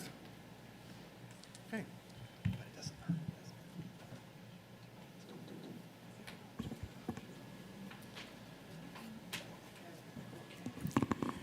The next item also support district administrative movement, bid C25-09, Port Wentworth Auxiliary Administrative Annex, central wings and hallway renovation. The purchasing department received bids from 3 vendors in response to bid C25-09, Port Wentworth Auxiliary Administrative Annex, central wings and hallway renovations. Bids were received from Founders Maintenance and Restoration out of Savannah, Georgia, United Grounds Maintenance Services Incorporated out of Glenville, Georgia, and Scott Development Group Construction out of Savannah, Georgia. Staff recommends that this bid be awarded to the lowest and responsible bidder, which was determined to be Founders Maintenance and Restoration at a total cost of $749,750. Also included is a transfer within the Operations Project Construction account to Port Wentworth Renovations, which is in Fund 308. Thus be it resolved upon the recommendation of the superintendent that the board approve the contract with Founders Maintenance and Restoration for the Port Wentworth renovations at a total cost of $749,750. And be it further resolved that the board approve the budget transfer from Operation Projects account to the Port Wentworth renovations account as upon the recommendation of the superintendent that the board approve the contract under RFP C2504 on-call design professional services annual contract with SSOE Incorporated for design services for the Garden City Elementary School renovation project at a total design professional fee of $940,727.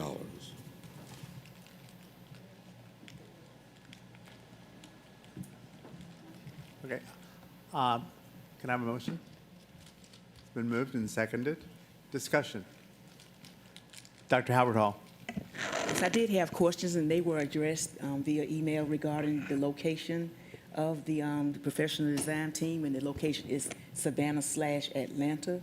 So have they been in Savannah for a long period of time? We were discussing earlier about identifying what's local and what's not, and how long a particular company has resided within the town. And since I saw that there's 2 locations, I was just wondering whether or not they just recently moved here, or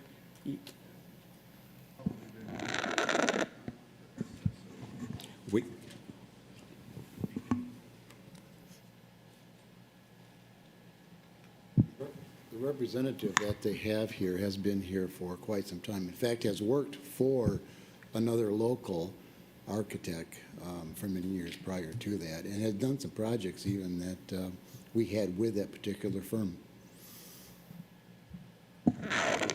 I guess when I asked for, examples of the work that they've done and didn't have anything in Savannah, it was examples of work in Atlanta. No, So it's they're a national firm, have done just tons of K-12. Right. They have a huge presence in Atlanta, obviously, and you saw the references that they had, the projects that they've done.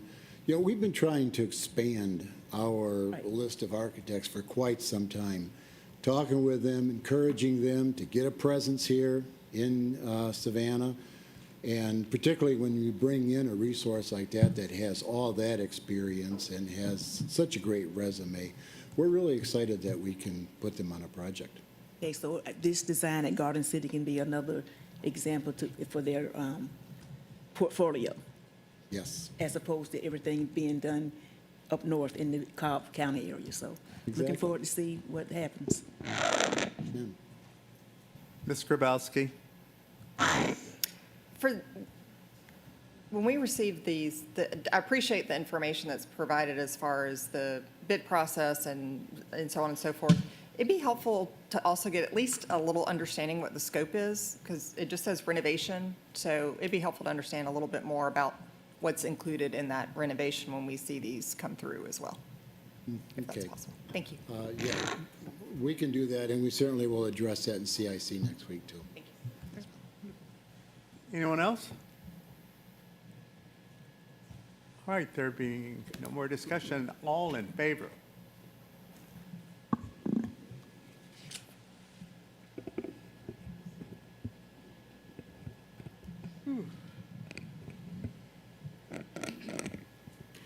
Okay, the next item is for the purchase of Type D school buses off of a statewide contract. Thus be it resolved upon the recommendation of the superintendent that the board approve the purchase of 10 Type D school buses from Yancey Bus Sales and Services, utilizing statewide contract SWC 999-999 SPD SWL 2020-0630 0001, as identified in the chart above at a total cost of $2,067,200.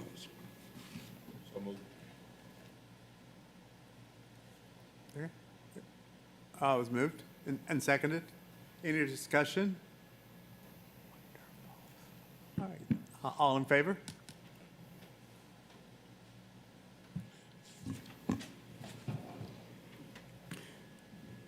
The next item, RFP 24-07, student device purchases, Ari Jones Educational Solutions.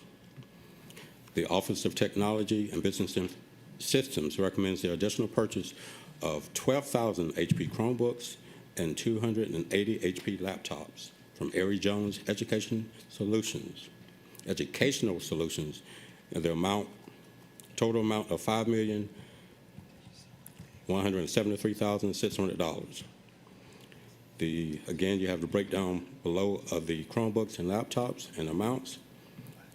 Thus be it resolved upon the recommendation of the superintendent that the board approve the purchase of 12,000 HP Chromebooks and 280 HP laptops from Ari Jones Educational Solutions using the district contract awarded under RFP 24-07 in the amount of $5,173,600.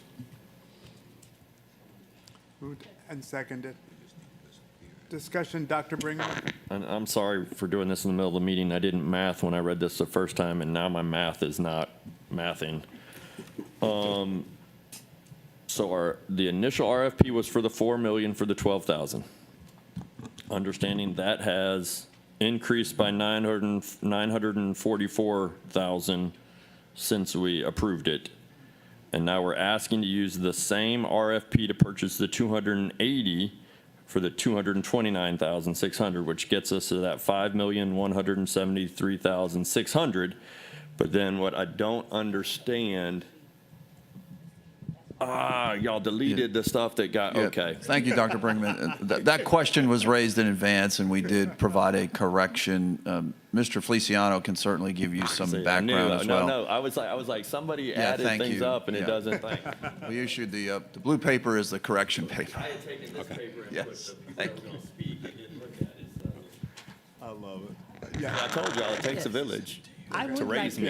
Yes, Ms. Hall. I would like to hear from Mr. Feliciano. So you're saying the Chromebooks will now be distributed to various schools from CELA to I mean, how do I get that from my school, or what's the procedure for that? So the request came in from CELA that the Chromebooks were not meeting the needs, the instructional needs. They use a product called Labster, which is an interactive, immersive online lab solution where they can do labs completely online, but it requires a Windows solution and for it to work. So the decision was made, we will replace all their Chromebooks with Windows laptops, and then those Chromebooks would then be distributed to schools that are in need.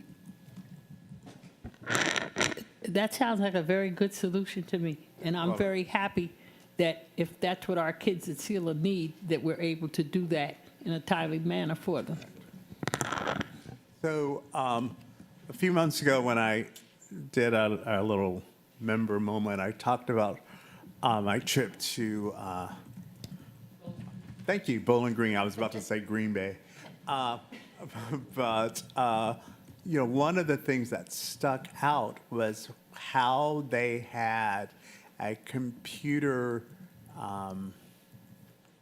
repair pathway. And they had students that worked on all of the computers for all the laptops for all of the schools. And what it was not only CTAE, it was the kids were paid. And the money that they saved by doing that, in addition to giving these kids real life experience. So, you know, I just want to reiterate that. And Dr. Watts just said that they had it in Charlotte as well. So, yeah. In Charlotte, it was a school job, and it was a weekend job. The kids made like $30 an hour. And they, companies across Charlotte would donate devices, because, you know, most companies have a cycle too.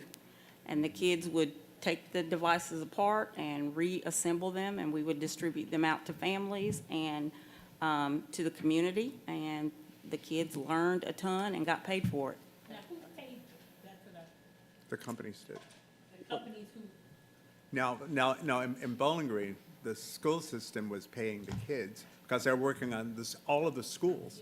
And I would have to look at the funding model we used in Charlotte to pay the kids, but the computers were out-of-cycle devices from companies that typically every 3 years would be recycling a device.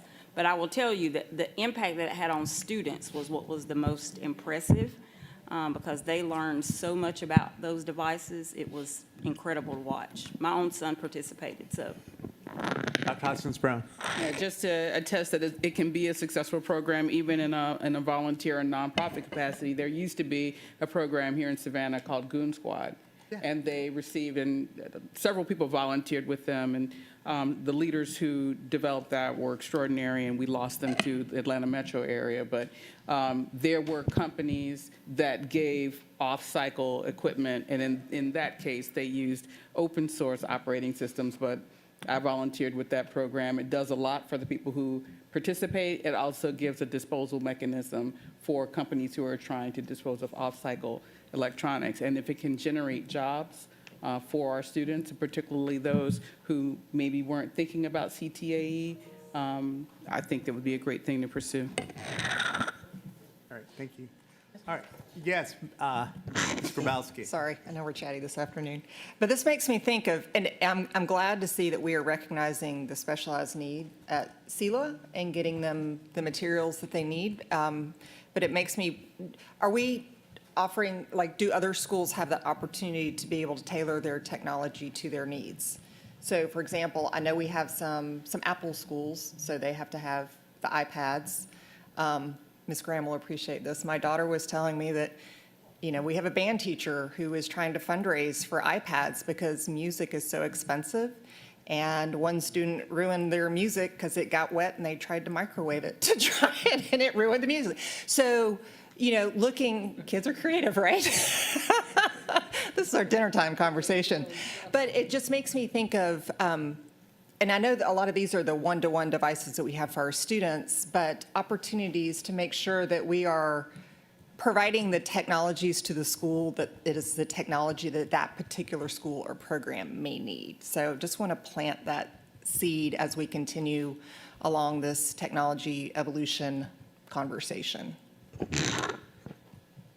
Yeah, I could say that we have a diverse list of devices that we use to support the schools. Now, we do need to be careful because the more you spread yourself thin, it becomes extremely difficult to provide support or to maintain the technology that's deployed, especially when you add security on top of it and you try to control what type of access is provided. But we work, if we get a request from any school, we work closely with academic affairs to make sure it is a valid request, it is a need, instructional need, and how to best integrate it with our existing infrastructure to ensure that they are successful. Okay. Dr. Howard, how? Well, since Mr. Feliciano is the man of the hour, and this probably will be your last meeting, my question is, what do our inventory look like for our damaged and lost Chromebooks? I know we're talking about the obsolete for Sigler, but the other schools that have, a significant amount of damaged and lost Chromebooks. We have about 40,000 devices, and I believe our percentage as far as damaged, I think it's running less than 5%. So we have looked at that ever since the COVID period. We've started tracking that to make sure that we had the protocols in place to ensure that the systems were being taken care of, and we significantly has decreased those broken and obsolete devices. But it's more now that we're seeing is the life cycle from that COVID period that we're starting now to replace a lot of these obsolete devices. Anyone else? All right, all in favor? Thank you very much, sir. The next item, RFP 25-26, audio enhancements, annual contract. The purchasing department received 2 proposals in response to RFP 25-26, audio enhancements, annual contract from Net Planner Systems Incorporated out of Peachtree Corners, Georgia, and VisaCom out of Atlanta, Georgia, and a no proposal statement from Bloom USA Incorporated out of Phoenix, Arizona. Staff recommends the award to Net Planner Systems Incorporated with an estimated cost for the initial one-year period of $4,750,000. Thus, be it resolved upon the recommendation of the superintendent that the board approve the award of RFP 25-26, audio enhancements, annual contract to Net Planner Systems Incorporated for an initial performance period of 1 year with an estimated cost of $4,750,000. Moved by Ms. Hall, seconded by Dr. Howard Hall. Discussion, yes, Ms. Hall. I'd like to ask Mr. Butler or Dr. Watts in terms of implementation of this program, because I've been talking about it since it first came on the scene. And what I'm hearing is that the schools that really have bought into it are doing amazing things with it, but that we do have some schools where, for instance, the kind of necklace that teachers can wear if there's a security problem in the classroom. That kind of thing, I understand it's going very well. But in terms of the instructional use, I had mentioned that this morning to everybody about how a teacher can record her lesson as she's teaching so that a child at home can get the benefit of it. Is there anyone who intentionally works with making sure that schools are buying into this so that this money really enhances our students? I will let Derek go into detail, but I will say we had to reboot our implementation efforts last year because we had to get legal to give us a perspective on how these things could be used, because students can be recorded and parents don't always want that. Instructional technology had not been at the table to really help roll out. Then there's a safety component that campus police provides oversight for. And then there's the facilities component. And what I found is that each of these departments were kind of going down their own track, and none of this was kind of coming together in a comprehensive way. So we rebooted last year and provided some development and clarity. Derek, if you want, Mr. Butler, if you want to speak a little bit more about the instructional aspects of it, that was a part of that reboot. Well, Dr. Watson, I remember some discussion about whether the cameras in the classroom were invading privacy. Yes. So you're saying all that is kind of worked out now? We have now codified information, training, and support. So there were some schools that came on before. We had to grab those schools, right, and get them up to speed. And then there was a group of schools coming on board, so we had to grab those schools. And now we have more schools coming on board. So it's a process. But Mr. Butler can speak a little bit more about the development opportunities that we have provided. Yep, and so we're building on that momentum with the collaboration with all of the divisions, and the professional development implementation is going well. We are engaging our professional learning department as well to help bolster the professional development, how we leverage the technology for instructional purposes. And so teachers in schools receive training around the cameras prior to activation. So we're very intentional about that. And so we have some model schools, and so we'll continue to leverage those as exemplars as we support and onboard our schools that will be installing the equipment here in the future. Okay, I noticed at Jenkins High that the media specialists were kind of the hub of this whole thing in terms of getting the excitement out to the other teachers and in terms of training and that kind of thing. Because to me, the more intentional we are and the more it's a person's responsibility to see that something happens, the better the chances are that it's going to be implemented. So I guess what I'm asking is that some attention be paid to who is responsible for seeing that this program is standardized at all the schools, and so our kids get the most benefit out of it. Yes, and it's been a coordinated effort with our instructional technology, our professional learning, as well as our capital projects team to ensure that we're highlighting the features of the technology so that teachers can experience what that looks like and feel more confident in leveraging that effectively. But at the end of the day, let me just say that the principal is the instructional leader of the school, and the principal has to feel empowered and knowledgeable enough to guide teachers and encourage teachers to use that technology. So we are a support mechanism. We don't monitor the day-to-day instruction of a school. The school leaders do that. And the school leaders, too, are engaged in that professional development opportunity. Teachers would tell, oh, I forgot my lanyard at home. Well, if you forgot your lanyard at home, you don't have audio enhancement that day in your classroom. So I can see what you're saying. The principal would have to kind of monitor that to be sure that happens. Any other discussion? There being none, all in favor? All right, thank you. So the next item is East Plus 4 budget amendment. Just for the revenue portion, East Plus 4 proceeds are expected to meet the collections threshold that was set by the E4 referendum in the second quarter of 2025, and proceeds are projected to end June 30th, 2025. Subsequently, a budget amendment to East Plus 4 is now requested by operations to adjust the budgeted revenue as currently projected. Thus, be it resolved upon the recommendation of the superintendent that the board approve the budget amendment to reflect the revenue budget for East Plus 4 as currently projected.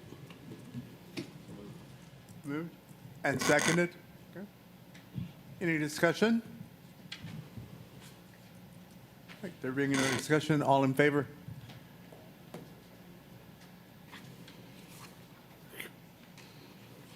All right, thank you all. Resolution to approve locals facility plan.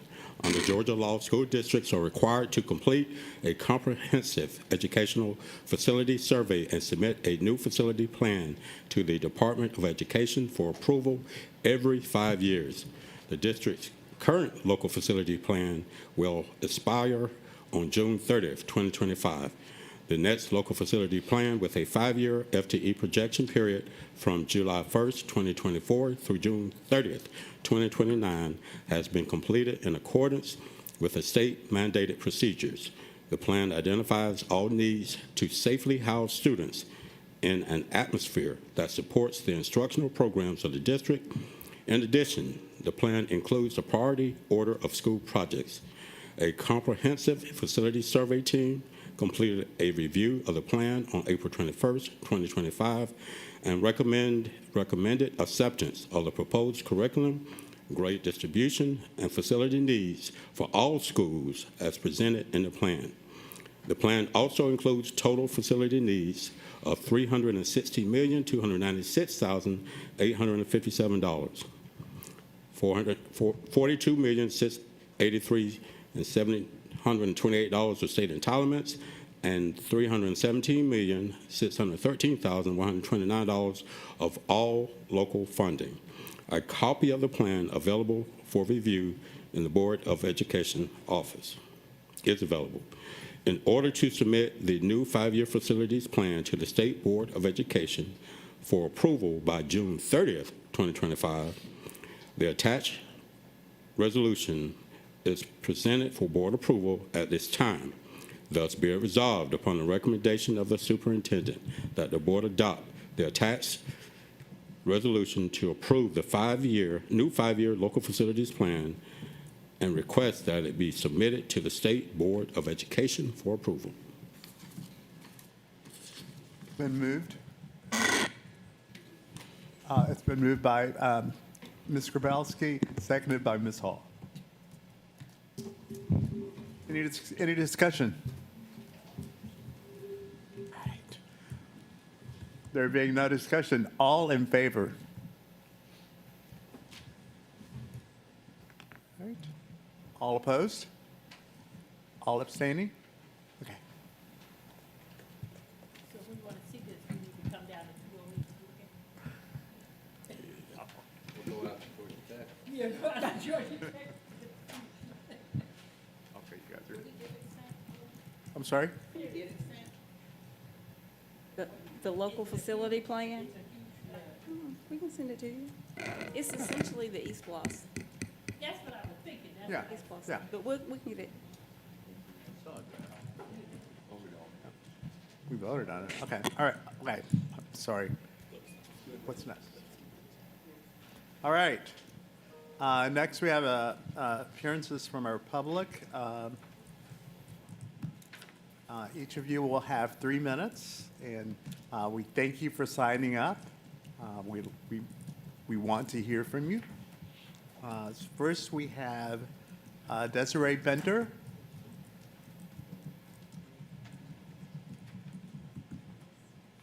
Okay.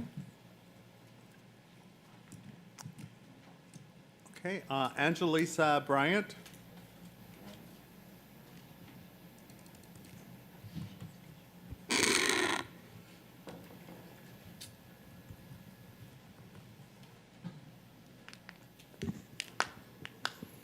Good afternoon to Dr. Watts, President Moss, and to all board members. Last month, I spoke about House Bill 1178, signed by Governor Brian Kemp. We have 17 schools on low performance lists. I listened last month to a teacher addressing his needs to be heard to help our students increase their scores. I listened to a community leader inform us that our students can learn. Poor kids can learn. I listened to a director give a report of why our scores are low. Urban areas, urban kids. On April the 25th, 2025, I visited one of your local schools. I watched a diverse group of students address mostly the same concerns. On that day, I was informed your policy list for parents' visit is in the control of the school's leader. I was told some schools only allow 15 minutes a day for parents to visit. Some allow 1 hour. Question, why are there not signs posted that parents can only visit a school for 1 hour or only 15 minutes? Lastly, I am concerned. All the students observe a classmate begging to go to the principal's luncheon and asking for a 90 above grade or above grade. My concern, the adults did not notice what the child wrote. Our children are the reason we all are here. We are listening, but are we hearing? Our students, our teachers, our parents, our community leaders. We are here to make a change. I beg you, board, I beg you to please listen. I've been here 3 or 4 times. I see community leaders. He is excellent. He's here doing research. He's not an urban kid, but he's telling you that 80% percentile our students can learn that are poor. I was shocked when she said urban kids cannot learn.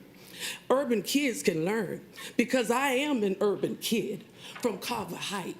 Under the leadership of Dr. Joe Buck, when I became Miss Armstrong. I am an urban kid of South All-Brown, Mrs. Helen Fletcher, that allowed me to try. I beg you to help. Thank you. Thank you. Malik Jones. Malik Jones. Lauren Wara. Lauren Wara. Rick Roney.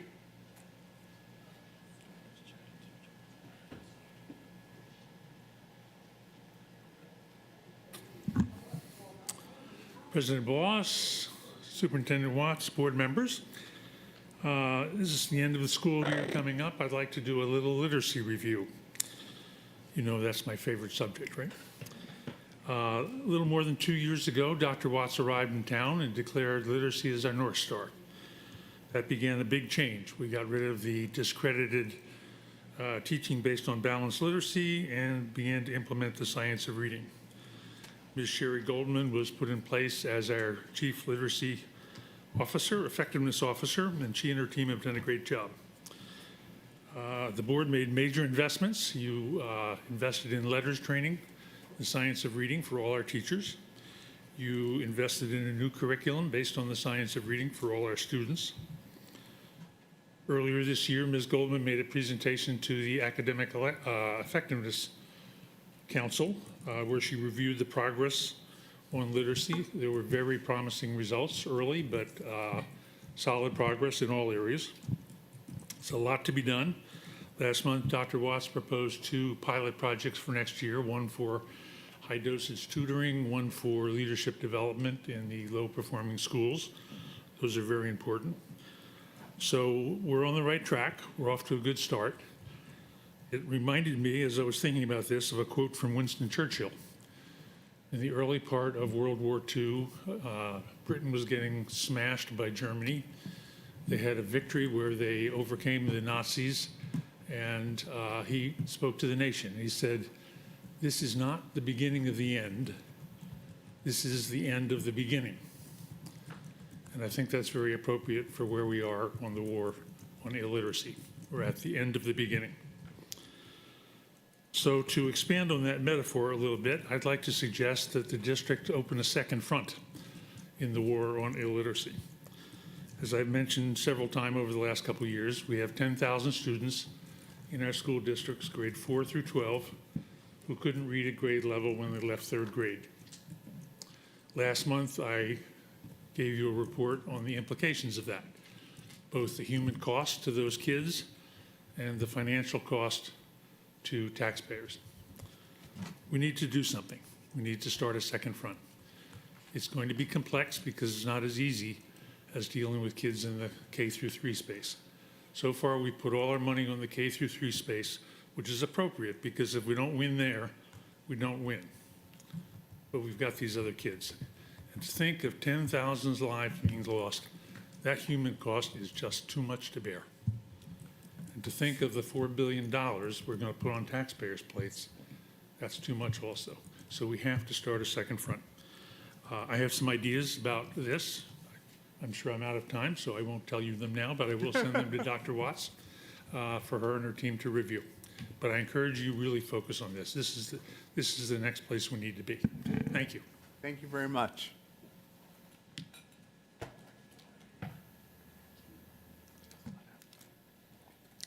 Mr. Jamal Toure.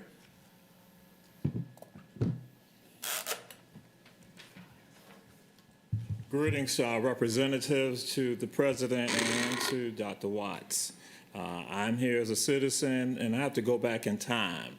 The iconic historian, preservationist, and civil rights leader W.W. Law shared with some of us decades ago that it was a swimming pool that was created for Caucasian children in the city of Savannah. And he then remarked, he said that for African-American children, there was a swimming hole dug out for them, and that they were charged a nickel to swim in the swimming hole. And I went to Mr. Law about that, and I inquired about it. I said, Mr. Law, you discussed the swimming hole being dug out for African Americans. Where was the swimming hole? And we happened to be in Laurel Grove Cemetery. And Mr. Law said nothing to me, but he continued to motion his arm. And I looked at Mr. Law, and finally it hit me, wait a minute, Tompkins swimming pool. That was the swimming hole. And so we saw disparities happen again, going back to the first half of the 20th century in Chatham County. And then also what happened as from an alumna of St. Pius X Catholic School, who now that's the site for the Savannah Classical Academy. She didn't share with me when I brought this information up. She said, Jamal, she said, I remember the drainage hole that put the water inside the swimming hole, and we had dirt at the bottom of the swimming hole. She remembered that. But not only that, in the first part of the 20th century also, the school board had a book tax that African Americans had to pay and Caucasian parents had to pay. But what happened was that African American children did not get books, but their parents still had to pay the book tax. In addition, the schools on the east side, East Broad Street schools, the African American children had to go because they were overcrowded. They had to go to school. Some were designated to go to school Monday, Wednesday, and Friday. Others had to go on Tuesdays and Thursdays. We saw disparity. And so right now we look at this institution, this organizational body that is holistic, that now we're now pondering some things right now where we will not be holistic about, we're not looking at, say, having that, say, systemic Jim Crowism and segregation come about.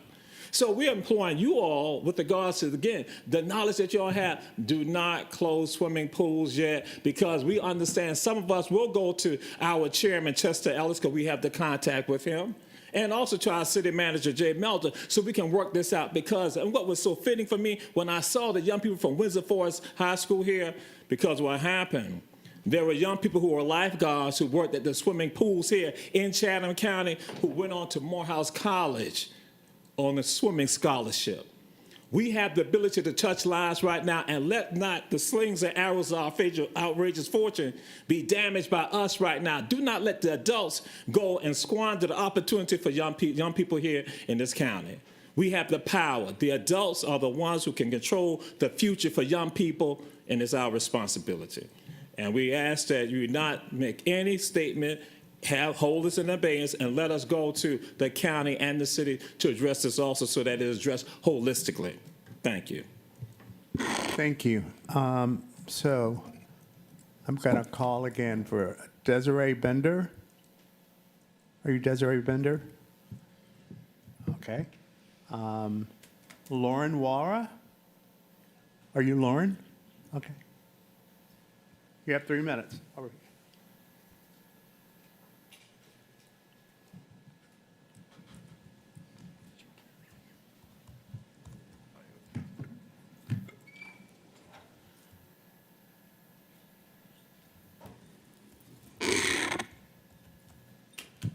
Hi.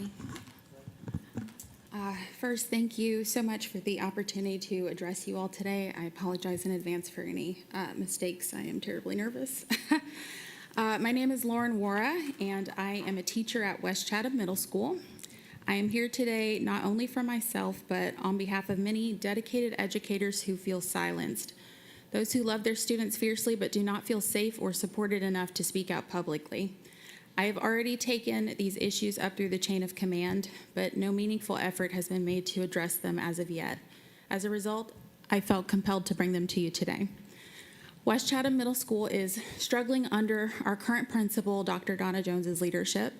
Teachers and staff are severely burnt out, and morale is nearly non-existent.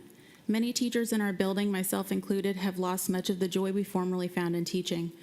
We are overwhelmed because we are trying to carry the full weight of discipline, stability, and safety without the foundational support of strong leadership. We are losing instructional time, we are losing control of our classrooms, and we are losing hope. For perspective, there have been 242 disciplinary referrals processed this school year, and we expect more before the year is done. This number does not even begin to reflect the referrals teachers no longer bother to write because they've lost faith that anything will come of them. This lack of consequences emboldens students to misbehave, disrupting the learning environment and preventing other students from receiving the education they're entitled to. As educators, we're often told one key element of teaching is building relationships. Students will work harder, behave better, and learn more when they have an affinity for and a relationship with the teacher. Adults aren't so different. We go the extra mile for those in the next chapter of their careers. Our school is not a training ground. We in the next chapter of their careers. Our school is not a training ground. We need a strong veteran leader who knows how to work with their staff and lean on them when necessary. Someone who leads with integrity, compassion, and strength, who shows genuine care for the students, who sees teachers as partners, not subordinates, and who inspires trust and a spirit of community and collaboration. This isn't about one leader's learning curve. It is about the long-term health of a school community that deserves better. Our students and staff deserve a school environment that is peaceful, productive, and conducive to growth and learning. We had it before, and we believe that with your help, we can have it again. Thank you. Thank you. Thank you very much.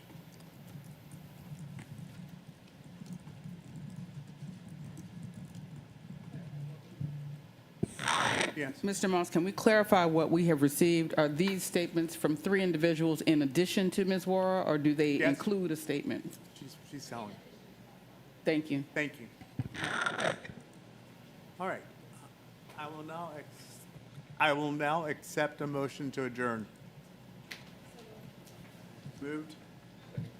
Moved and seconded. All in favor? Mrs. Smith? Are you in favor? I'm in favor. Okay, okay. All right, we're adjourned. Thank you. And highly favored. You favored?